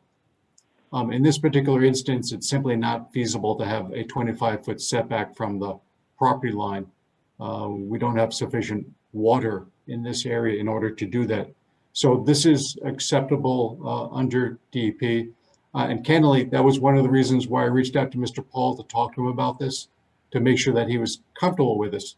But DEP will grant a Chapter 91 license for this because it's simply not feasible in this instance to maintain a 25-foot setback. We have a sideline setback as well for structures. Yeah, the sideline is 26.3 feet. This is a rear line. So this is the opposite to the front line. Okay. I So see what you- most docks oftentimes actually cross the rear line because they go into the water. But this meets the sideline setback of, but this is the rear line. I see. Okay. And Well, what does is it meet the rear setback? No, it doesn't meet the rear setback. Like I said, a lot of times docks go into cross the property line, a rear property line, depending on how, the orientation of this happens to be an oddly shaped oriented lot as it relates to the front and rear because it's a corner lot on the water, which is somewhat unique. This is the sideline, and this is the sideline, and this is the rear line for this property. It's opposite and most distant and parallel to the front line. and what's the distance from the dock to the rear line at the mean high water line? So I can zoom in here. So the mean high water line is up in here at elevation 3.5. So this distance right here, David? Yep. Yeah. I'm going to have to guess. I could give an exact measurement, but it looks to me like it's probably in the 15-foot range because this is a 30-foot setback line right here, this dashed line. Okay. So that's 30 feet. So that distance right there is about midpoint between the property line and the 30-foot setback line. Okay. Thank you. A couple of questions. I'll state them all and then you can answer them. What's this blue triangle all about to the off of the rear side, back sideline? Two, you have the float touching the property line. That float will move around a bit since it's going to be on a mooring that'll allow for 3.5 foot play of tide. So at various times it would seem to me that it would be over the property line. Is that allowable? I'm not sure that's one of our issues. And finally, this is more to John Cavanaro. I really appreciate when plots are made where you show adjacent buildings. There isn't any indication where other people are on this map. Okay. I can speak to the fluctuation of this is not a mooring. This is a fixed float to a structural ramp. So this is a hinge connection to the float. So this will move vertically up and down.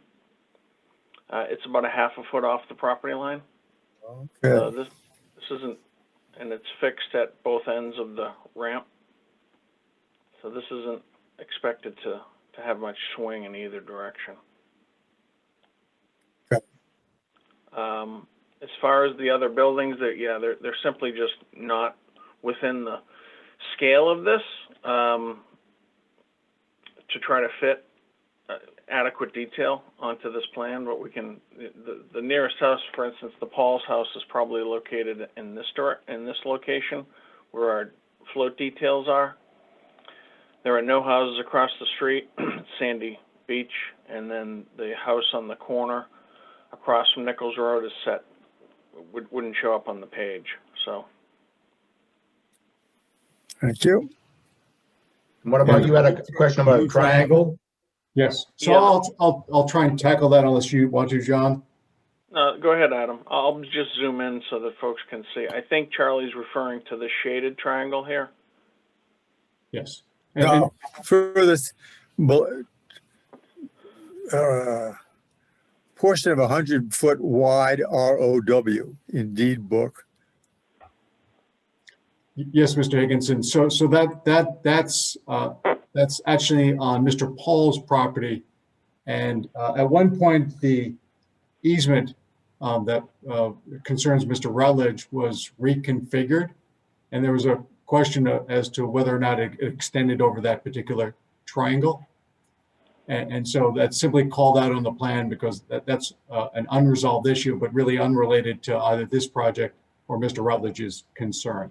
But for accuracy, we wanted to make sure that we showed it on the plan.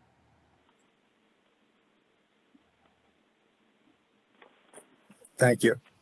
And one final question, the float is moved away in the winter, as I understand it. Where is it going to be moved to? So it doesn't sit on seagrass. Right. So this is a seasonal home for the Crumleys.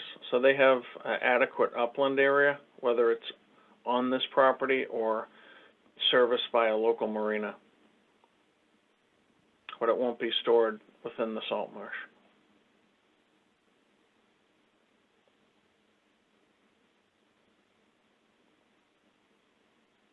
Thank you. Other questions?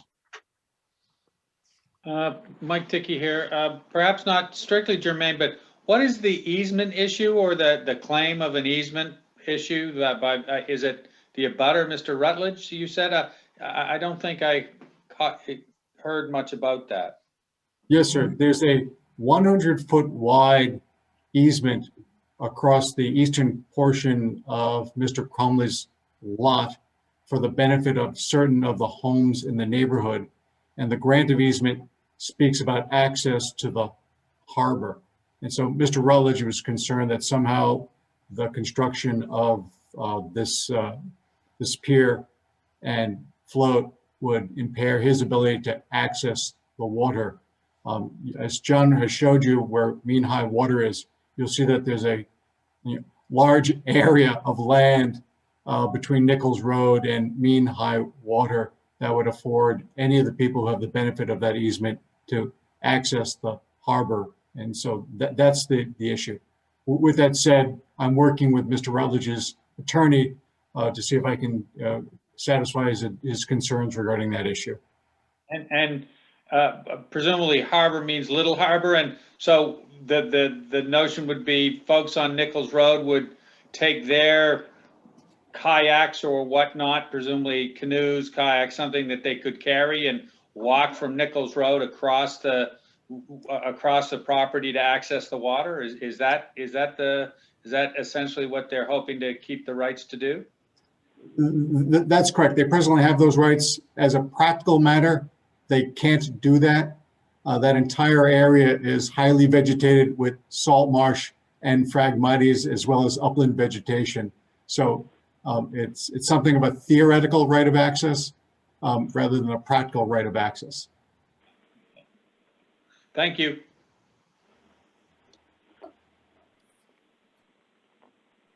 What happened to Matt Watkins? Is he recused? Yeah, I'm here.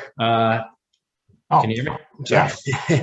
Yeah, no, I think we've asked some good questions. I don't really have too many more to ask. One thing I was just trying to look up, though, I do recall, just to David's point there, is, from the dock to the rear setback at mean high elevation. I know we had another property on Nichols where there was an issue with that side setback and some modifications had to be made to accommodate it. Just because we didn't have an issue per se with, the 200 square feet or the height of it, but we had ended up with a slight issue on the setback because it was too close to the side setback. And so that's one thing I was just trying to see how we resolved it. But I don't know, David, if I'm fully understanding it, but it does jump out as a potential issue still, right? That's to me, yeah. So, and forgive me for interrupting, Ms. Watkins. This is interesting to me because I've never heard of a rear yard setback in connection with a dock. Most property owners own down to low water, and most docks extend beyond low water to get to deep water for boats. And so it's exception to the rule to have a dock in a float that doesn't extend past low water. So I'm curious as to the board's dealing with. I've never heard a board sort of raise a rear setback issue with respect to a pier. John may have more experience. My concern was that it was a side setback, and seeing that it's not a side setback, it kind of satisfies my concern. It'd be hard to have a dock that didn't come from across some setback on the land. Yes. Hey, Charlie? one further question.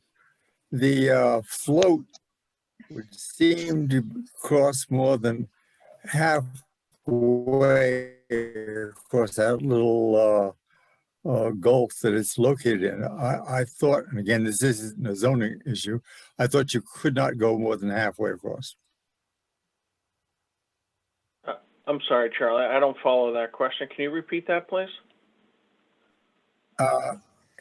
If I read this plan correctly, there's sort of a bank of land to the near where the 26.3 inches is. Yep. The float is going across that, cutting off that little gulf, and I thought that you could only go halfway across if you were building a float and dock and a gulf. That's the Massachusetts law, not ours. Okay. I don't know. So I'm not aware of any Chapter 91 regulations that would limit you to putting a pier less than halfway across a waterway.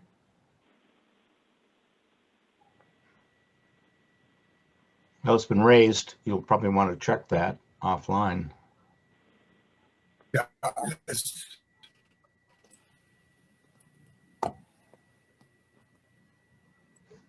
Yeah, I don't know. So other questions of the applicant?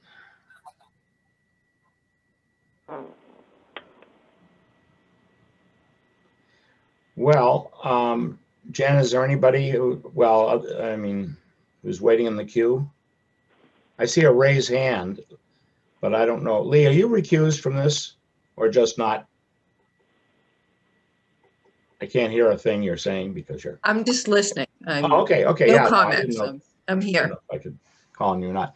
How about, we have a raised hand, but I don't know whether that's left over.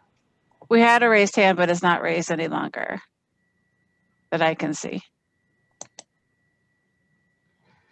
Okay.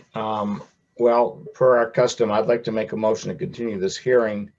My only interest, Adam, in the right-of-way easement had to do with, would that cause you to reconfigure the pier or float? If it doesn't, we've seen what we need to see. I know, but I'm saying that, if I don't know how that's going to turn out to be, but if this is the plan we go with, then this is the plan we'll deliberate on. Yes, sir. Again, I'll work with Mr. Rutledge through his attorney to try and satisfy his concerns. But there are, and John will correct me, I don't think there are any alternatives. This is a very constrained site. And so We're trying to make use of an existing pathway through salt marsh. We don't want to alter any additional wetland vegetation. And we have very few, if no, alternatives. But John, am I correct? You're correct. Yeah, I mean, I think we're familiar with the area generally. You know, it's at that small area at the intersection of Nichols and Atlantic, and it's very limited as to what we can access. So I'd make a motion to continue the hearing until May 4th. Second it. Okay, all in favor? Woody Chidick, aye. Lee Darst, aye. Charlie Higginson, aye. Dave McMorris, aye. Matt Watkins, aye. Michael Dickey, aye. Okay, so it's been moved and it's been continued. We'll do our deliberations next month. We have Thank you. Oh no, we have one more hearing. I'm sorry. Thomas and Melissa Baker at 18 Black Rock Road. I've got to recuse myself on this one, so I am appointing David McMorris as chair of this particular hearing. And I will mute and whatever. I also have to recuse myself at this time. So. Hopefully that's all the recusals.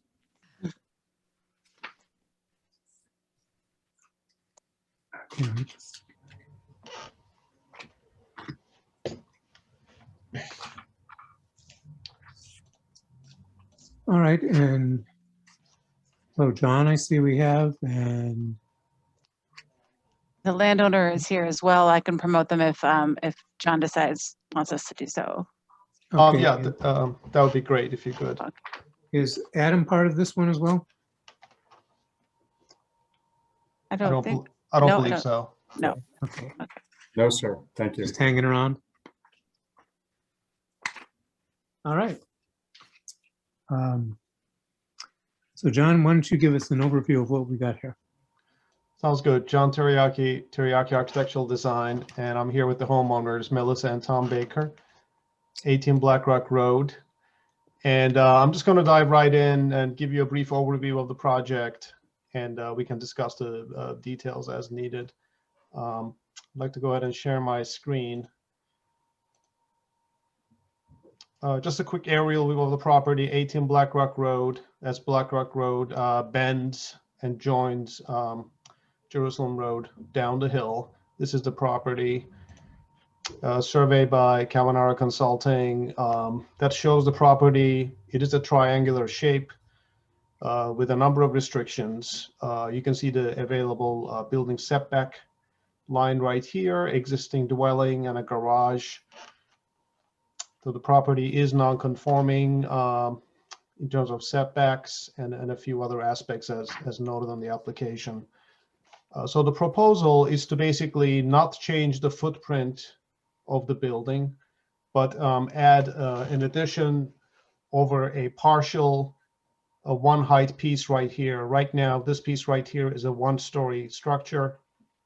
We're proposing to expand the second floor over that one story. John, Yeah. I'm still looking at the aerial view Oh, you are. on the Sorry, I screen thought- share. Did it change now or? Nope. I'm actually seeing it, David. The Do you see a black and white drawing or an aerial? I currently see the black and white. Are you still seeing the? I just moved.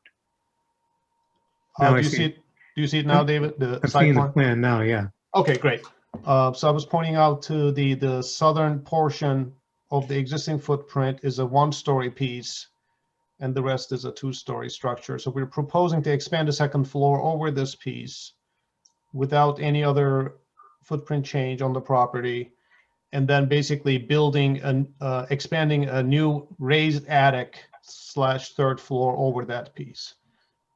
So that said, I'm just going to switch to architectural drawings.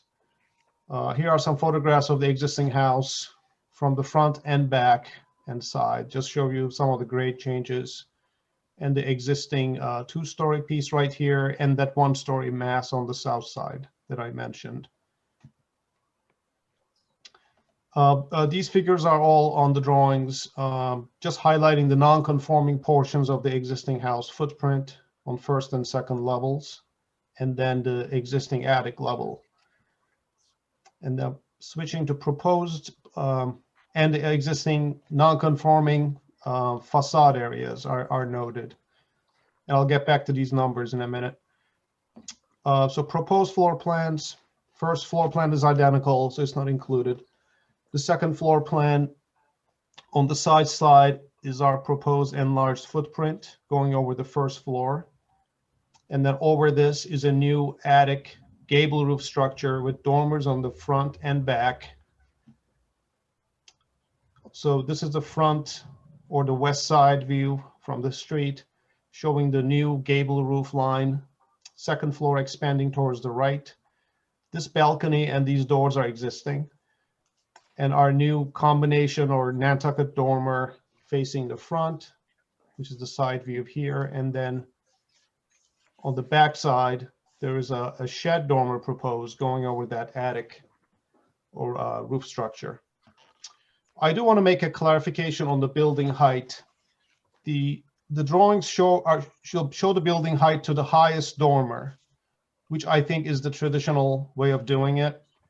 So that figure is higher than what the summary and the application noted. The application noted 28.8 proposed, but the proposed will actually be 33.1 measured to the highest dormer. Similarly, the existing building height is 29.8 measured to the existing shed dormer. So the delta is still the same, but the total heights are different. So from the proposed to the existing, the net increase is 3.3 feet. But I did want to make that clarification because the application. So tell me again, the existing height should The be existing tallest building mass height is 29.8 feet from average grade, and proposed is 33.1. Okay. And in terms of facade areas, I can go through these numbers. On the side or south elevation, the existing non-conforming facade area is increased by 285 square feet. That's about a 41% increase on this facade. On the front/west elevation, the net increase is 304 square feet. That's 47% increase. And again, these are all noted on the drawings. On the north elevation, side elevation, net increase is 144 square feet. That one is only a 16% increase. And then the rear elevation, the net increase is 433 square feet. That's about a 67% increase of the non-conforming facade area with these architectural changes. And you put all this is in the letter that you sent? These numbers are all in the letter summarized. Which is very helpful. Thank you. Oh, great. So that's essentially the proposed project. The Bakers did receive a couple of letters of support that were emailed to Jan today, and I know they talked to the abutting neighbor as well. So they did best reaching out to their neighbors. And so far, I believe they've heard no issues, or it's been positive reactions. And we feel that this is architecturally compatible with the street and the context, and is not does not cause a detrimental effect to the neighborhood. John, on the site plan, I see that the approximate location of the Curry, the residence on the Currys. Where is it on the moors? That property is set back quite a bit. If I switch, let me just go back to the aerial that I closed a minute ago. I'll open that back up.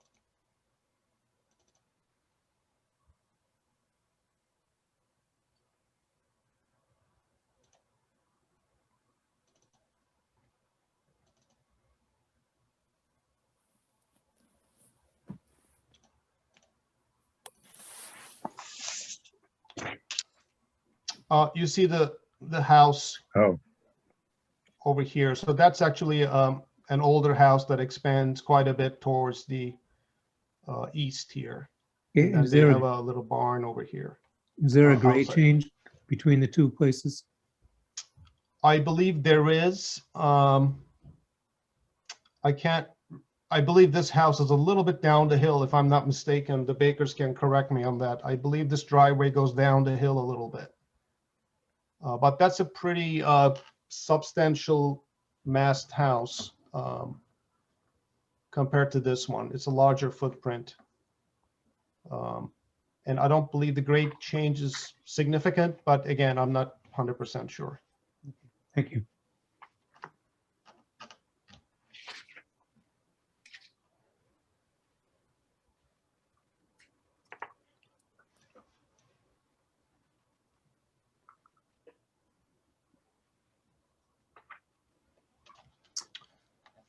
Anything else you'd like to add? No, I believe that's it. I can keep these up on the screen in case there are questions. Okay, great. Thanks. So board members? Any questions or comments? All right, Jen, do we have anybody? There is no one in the audience wishing to speak. As John mentioned, we have received a letter from the Dugans, which is in the packet, and then we received another one today, which I forwarded to the board. Okay, and that's all the material that we have, correct? Exactly, correct. Okay. What is the volume increase of the house? I don't have that calculation, but I can figure it out. I can give you those numbers. I only have the two-dimensional facade areas because it's a complex shape, so I'll have to. But I've done that before. I can provide that for you in cubic feet.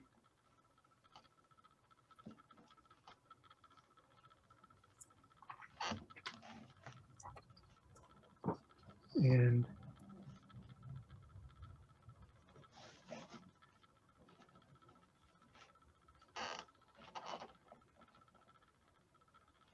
so the closest neighbor is the Curry residence, correct?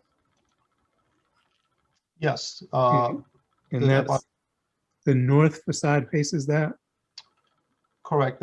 Right. That's the north facade. Okay. And that's the one with the 16% increase. Yes, that's actually the lowest increase of the four facades, percentage-wise. Good, thank you. Sure.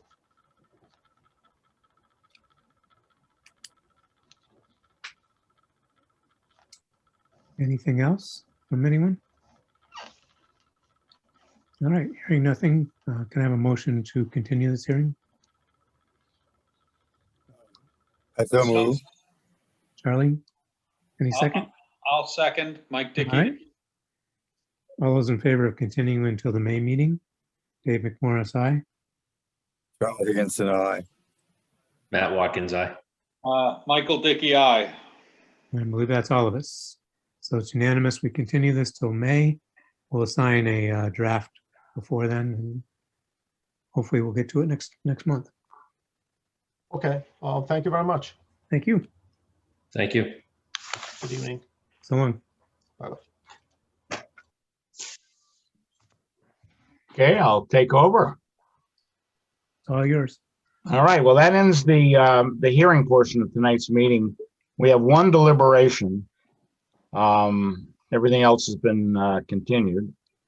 And that deliberation is the closed hearing at CHI Elm Street Realty LLC, seeking a special permit on the floodgate and watershed protection district, as well as extend a non-conforming use of a parking lot.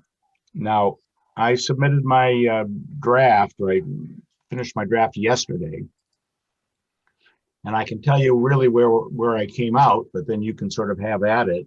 Has everybody had a chance to at least wade their way through the first, 3 or 4 pages worth of submissions and Yes. actual stuff?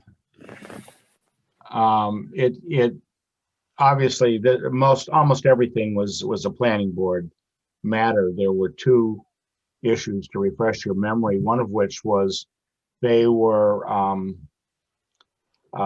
they had kind of an improvement in the rear parking lot at number 87, which basically abuts the marsh and then that stream, James Brook, that goes out through the sluice gates to the harbor. And some concern about flooding possibly there. I think a number of us went down in a couple of these pretty severe storms. There was no flooding, which, comported with the applicant's contention.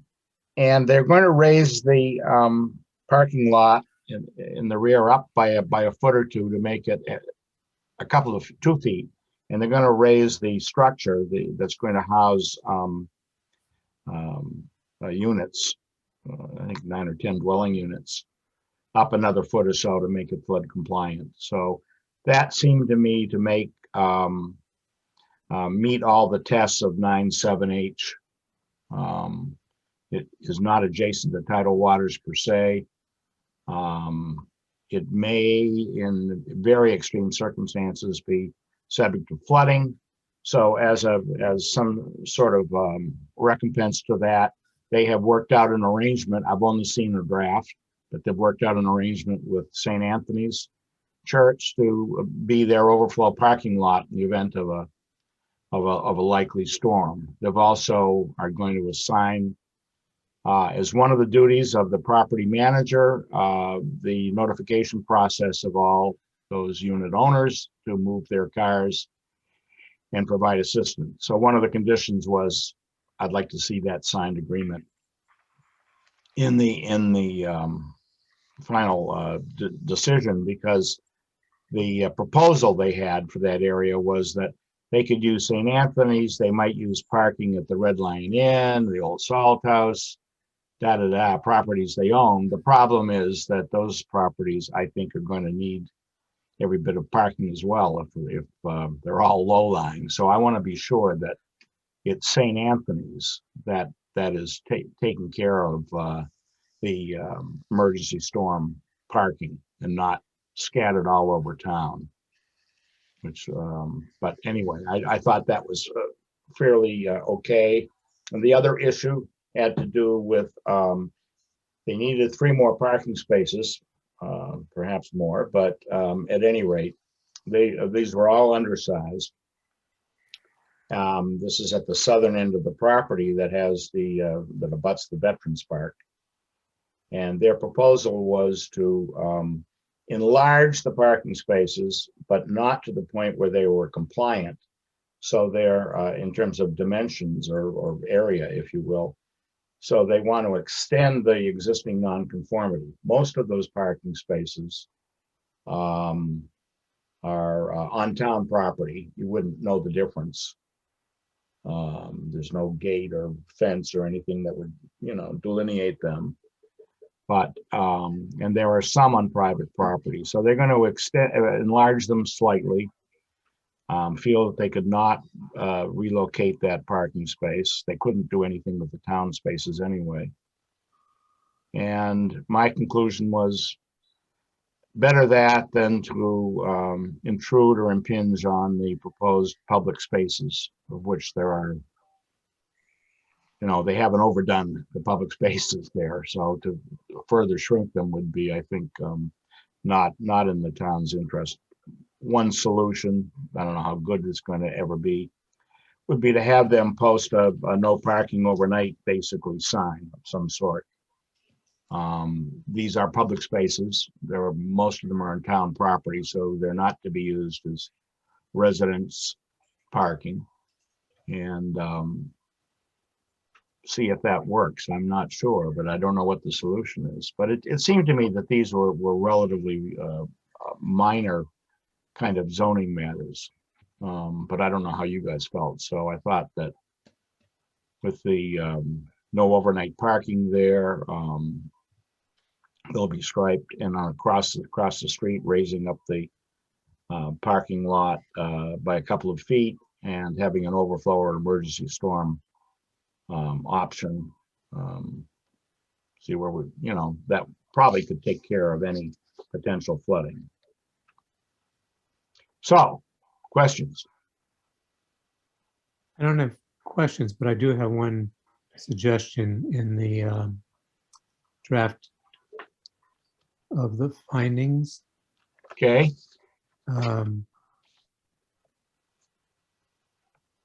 Actually, the decision.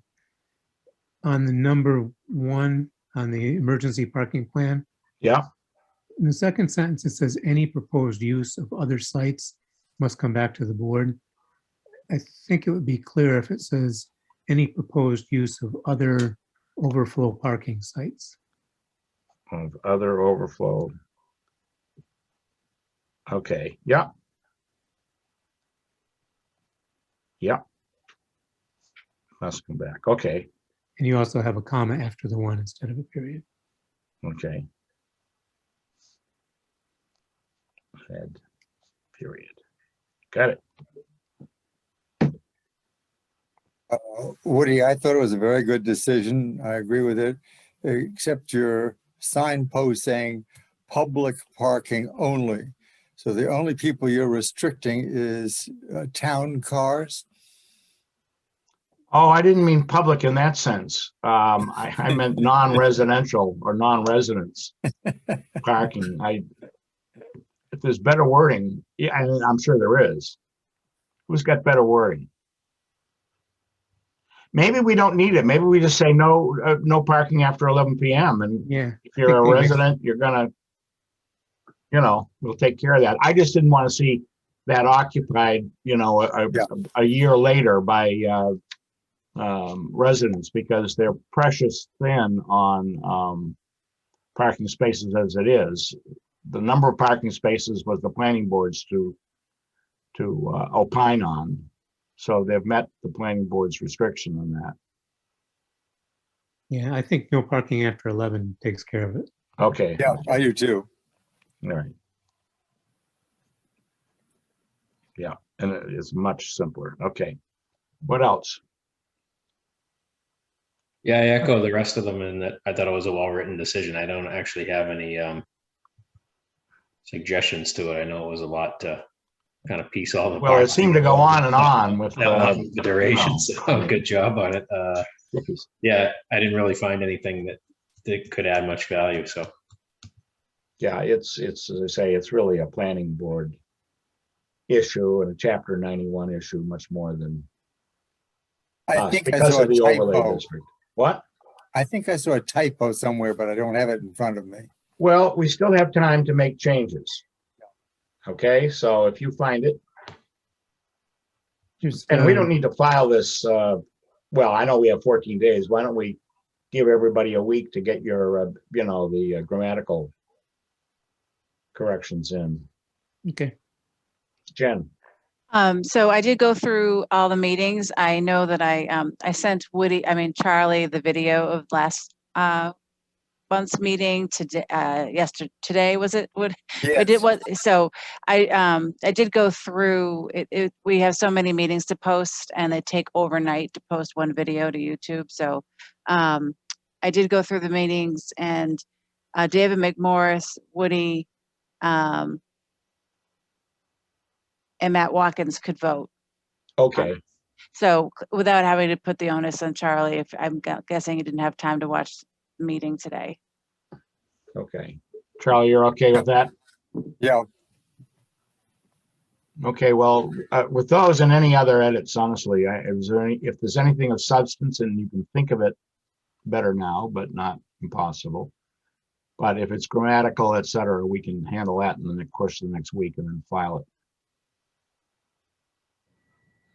My eyes started to cross after a while, and I couldn't figure out where the sentence stopped and the semicolon began, but. Probably when you got to the 3rd year of hearings. Oh, yeah, okay, that's as long as we get. Anyway, I'll make a motion to accept my own decision. Second it.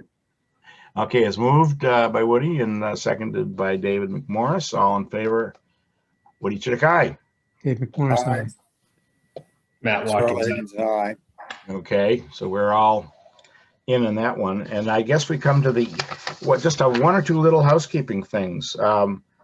Because we have no other, we do have to make an assignment. Yes. For 18, both of them, I think. Yeah.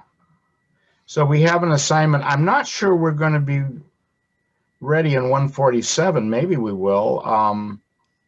No sense doing anything with Rustway, but what about the Oh, dock? I already have 137? Rustway. You already have it. Okay, I yeah, was that's assigned right. Rustway, That's right. but Yep, I'm sorry. I'm still waiting for them to submit No, the no, final. I understand. I'd forgotten about that. I'll Okay. do BlackRock. What? I said I'll do BlackRock. Yeah, and I'll Okay. take the dock then. And I'll take the dock.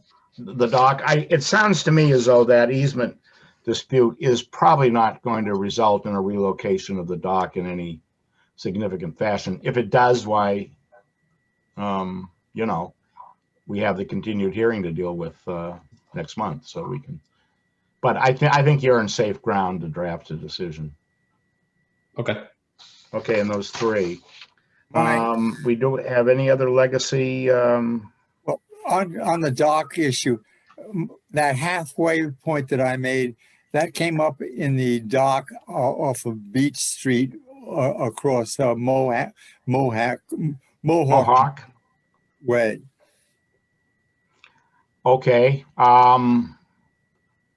I think Adam is going to check into that. And Jen, let's just make a note that that's a to-do for him. If it is a Chapter 91 issue, or I assume, Charlie, it's Chapter 91 that's probably dictating that. We'll talk about minutes. There are two other topics just very quickly, one of which is things have gotten a little discombobulated on the legal front. But the Sandy Beach bathhouse fast food restaurant issue, I was informed about a month ago by Annette Sawchuk, who's head of the Sandy Beach Association, that the appellants lost, mostly on a procedural ground. They were too slow in filing an appeal. So I haven't seen the decision. And we haven't even been informed by our own attorney as to whether the disposition of this, having asked that attorney at least for the last month. I did email him again today, directly. This is Attorney Paul Durensis. Yes, Paul Durensis. So it's like pulling teeth, but basically, we won, but on a procedural ground, but it doesn't matter. He withdraw without prejudice, but I don't think there's going to be any issue on that one. So that's done. You might as well just assume that that's over and done with. And the other thing is, I got a somewhat interesting but perplexing email today. Did we forward that, Jen, to people or not? I believe I did. You poor people, I apologize. Everything. Yeah, it's just one of these things that came in today. He was some gentleman wants to help us and help the town by kind of, I guess, negotiating, or at least trying to come up with a compatible way to protect neighbors' interests. Most likely, he didn't say, but I'm sure it's a baseball field lights and noise, probably at night, protect the neighbors from that, but also respect the Little League folks' rights to have baseball games, some of which playoffs or whatever might extend into the evening hours. Not sure. It doesn't feel like a zoning bylaw to me. I think, but I'd like your opinion. I would like to be encouraging, not discouraging. I don't know what he knows about anything here. Charlie. I would suggest that he talk to Katie Dugan. Okay. Yeah, there might be, I mean, we do have some jurisdiction over lights. And Oh, we do, but And- I don't know what he's talking about. I mean, might be more, it's not, there's no hearing before us. Right. Yeah, no, I think that would be similar to the soccer field up in the landfill or stuff like that, where we did have to deal with lights in the music circus with noise, but those are relatively easy fixes. But I don't want to jump in the middle of something that isn't before us. I'm not even sure whether it would be zoning related. I mean, if he and the neighbors, or I don't know who he represents, but I'm Right. assuming he represents the neighbors. Yeah, I think he is a neighbor. He lives across from the Yeah, Little. he said he was. Oh, okay, all right, well, And it's, you then, know, I mean, I think he ought to deal with him, and if they can come up with some harmonious solution and everybody's happy, it probably doesn't require zoning adjudication at all. And my understanding is that when they had the discussion at the select board, well, like I said, I didn't watch, but they were basically sent, talk to the neighbors, come up back with a plan. The field is owned by the town, so it Right. would really be the select board that would determine what the next steps of what they would want to consider, is my understanding, but, Yeah, Yeah, and I think that's part of like maybe what's running around town is where does the process go from here? Like, say if they were to, move it forward with the selectmen, I think there's some thought that it would then come to this board, which, as you say, Jen, I don't know that it would if it's town property, but I think maybe some people might be looking forward to, or looking ahead to kind of where does the process play out once it gets through. yeah, I mean, does it come to the zoning board on appeal, or does it go directly to land court or superior court? or is it an application to put lights up, and then, if it's a special permit based on the fact that it's in a residential district and what kind of lights they want to put in? Yeah. I think that's a process. And who CYSB doesn't own it, they utilize it, but, and I think that recreation might have some authority on it, but other than that, I think it would be more, are they allowed to put lights in under whose jurisdiction? Is it yours? Or is it the select boards if it's Well, conforming? lights have been our jurisdiction in the past, going back to Milliken Field. Right, and what's And the high school allowed, and football, what what? is that? Is that an RB district? So what's allowed in that district for height on lights? Well, at that point, there wasn't any height limited. The only height limitation we had at that point were structural height, which is 35 feet. We didn't even have the 40 feet part of it. That was way back when. So maybe it's just approval of the select board saying that they would install lights. Yeah, And now if there are lights, though, remember, I don't want to get into the solution, but one of the things we dealt with as a board was you didn't necessarily, the taller wasn't better.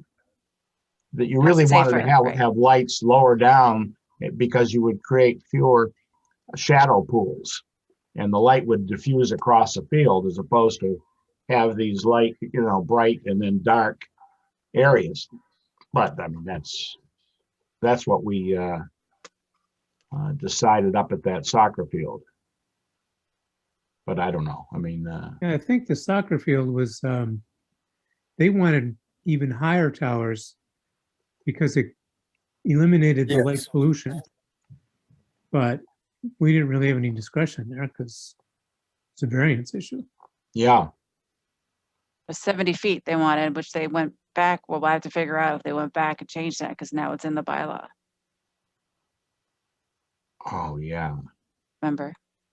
Jen has really been very difficult to deal with.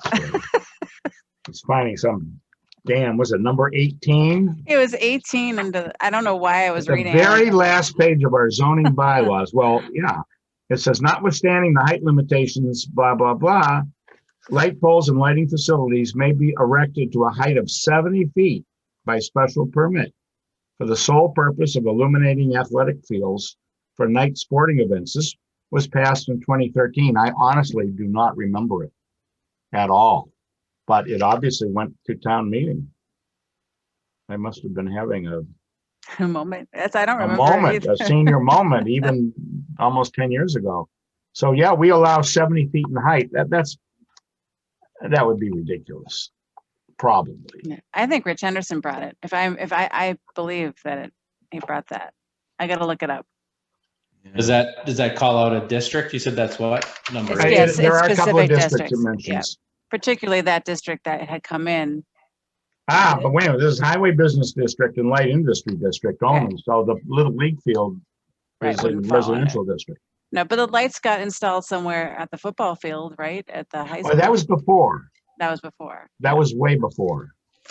There wasn't any mention even of light or light poles or anything. Yeah, there wasn't a decision in that either. Yeah. That wasn't probably the model we want to follow. No? Because I saw too, I think, I got a school committee meeting, update,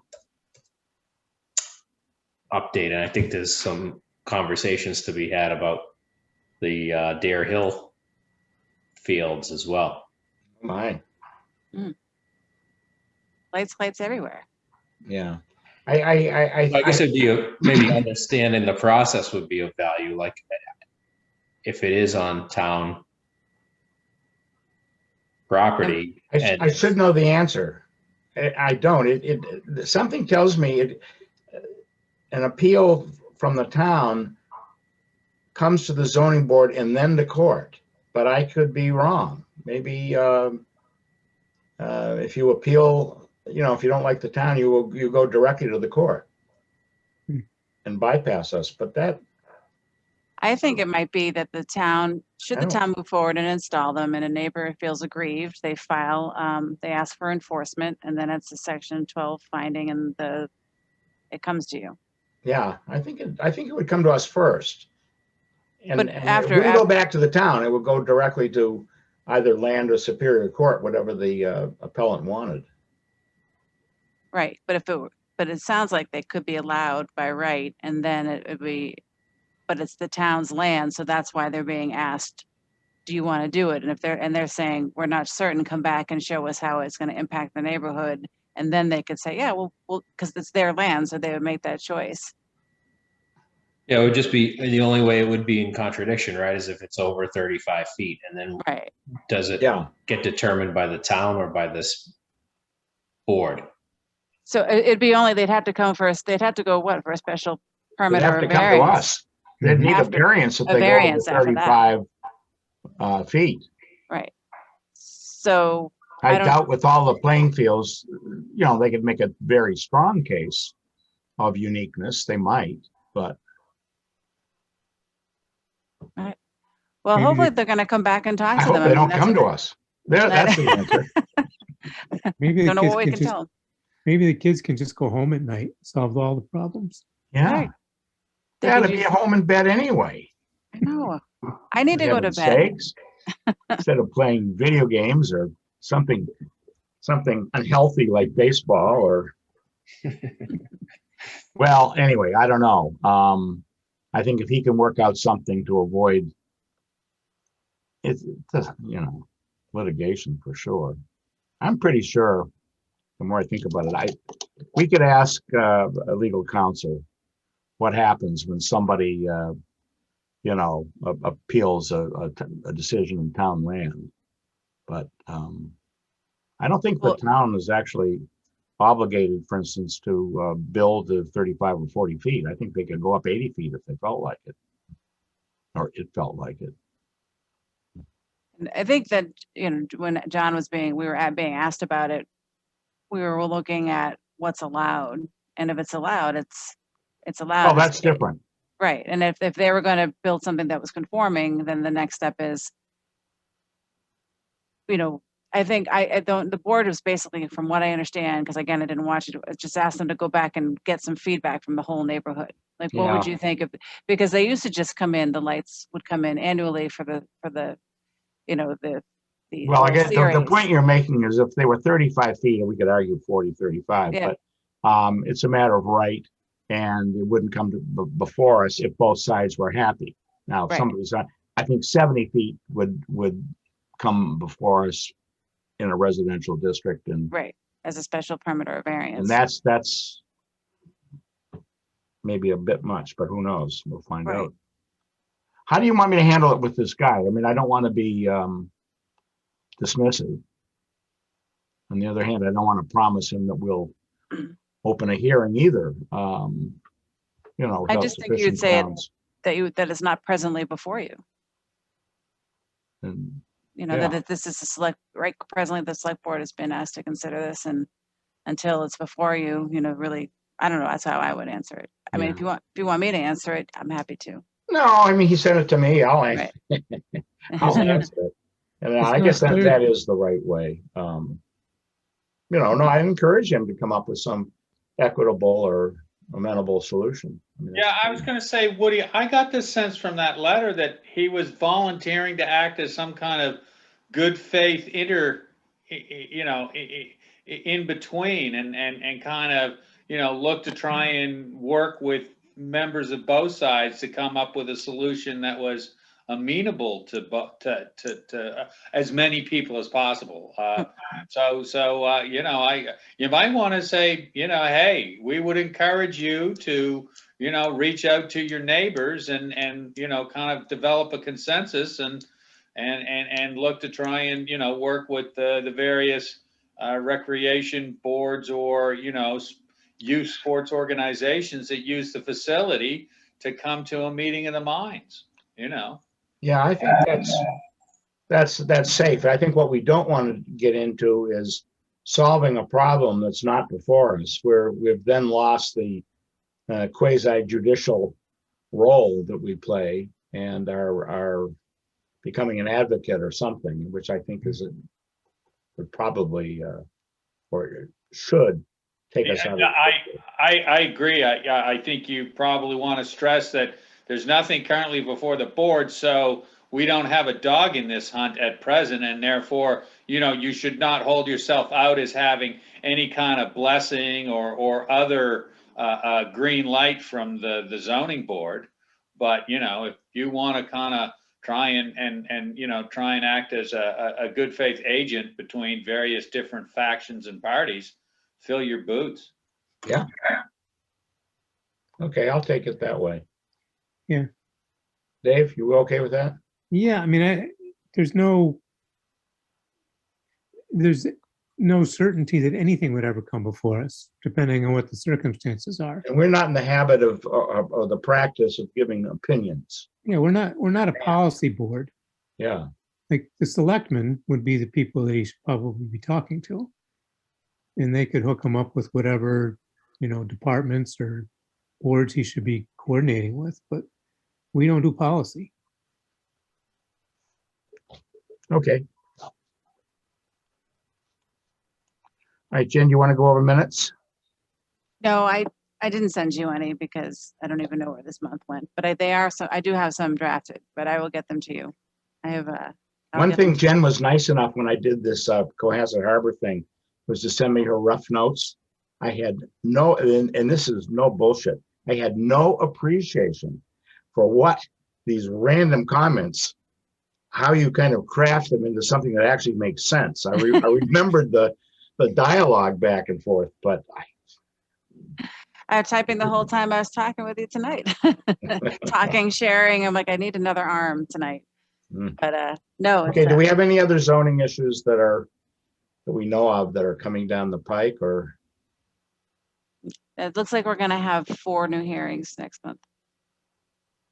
I don't know them yet, but I will. That's what we have.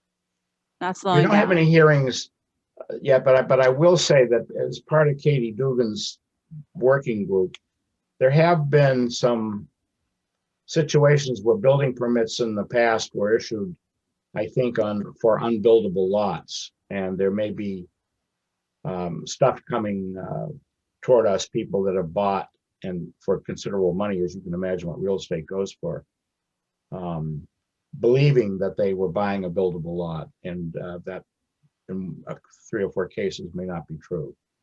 Don't know, we haven't decided that entirely, but it's a red flag. If we're going to have 4 new hearings next meeting, should we look to have an earlier start time again? I don't know, maybe, do you know what the hearings are, Jen?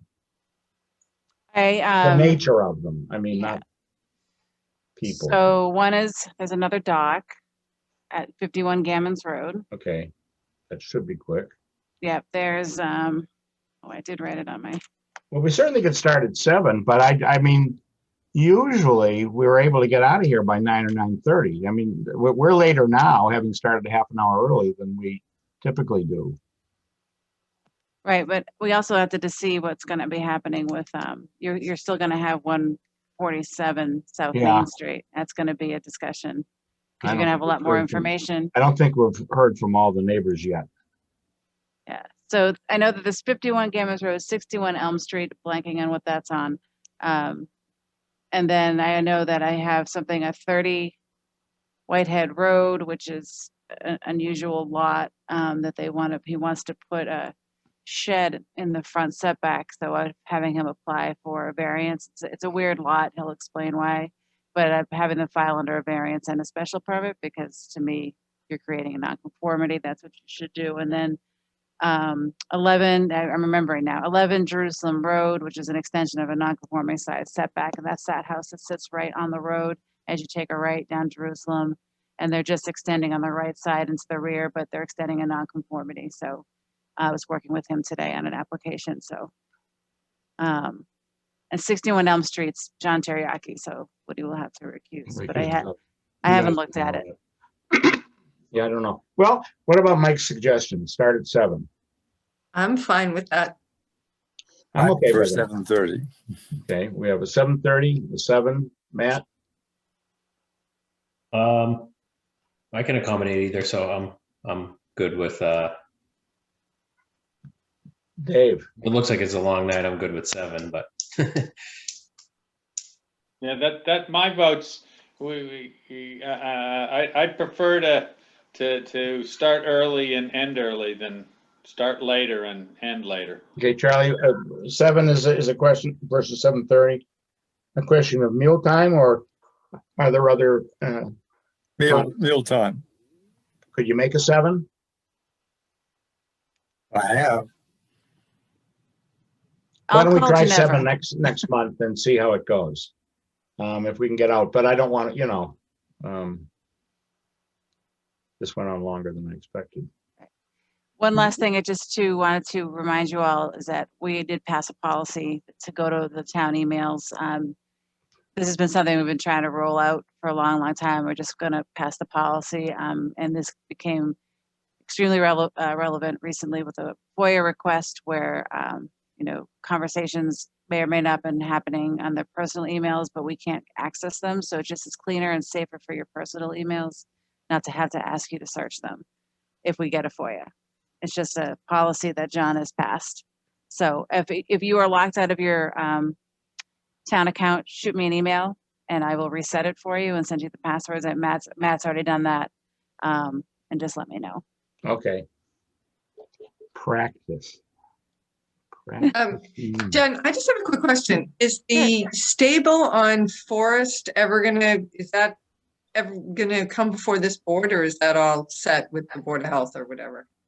I haven't heard that it's coming to us. It's before the Board of Health presently. Okay. Just curious. Yeah. I think it's going to be continued on the 28th of April. And I think either way, both sides aren't happy. So from what I understand, so. And that's all I have. Interesting. Okay, great. Okay, I'd make a motion to adjourn. All right, all in favor? Woody Chidick, aye. Lee Darcey. Jorgensen, aye. Atkins, aye. All right, we'll see you all in a month at 7 o'clock. And it's going to be May the 4th be with you. I'm going to put.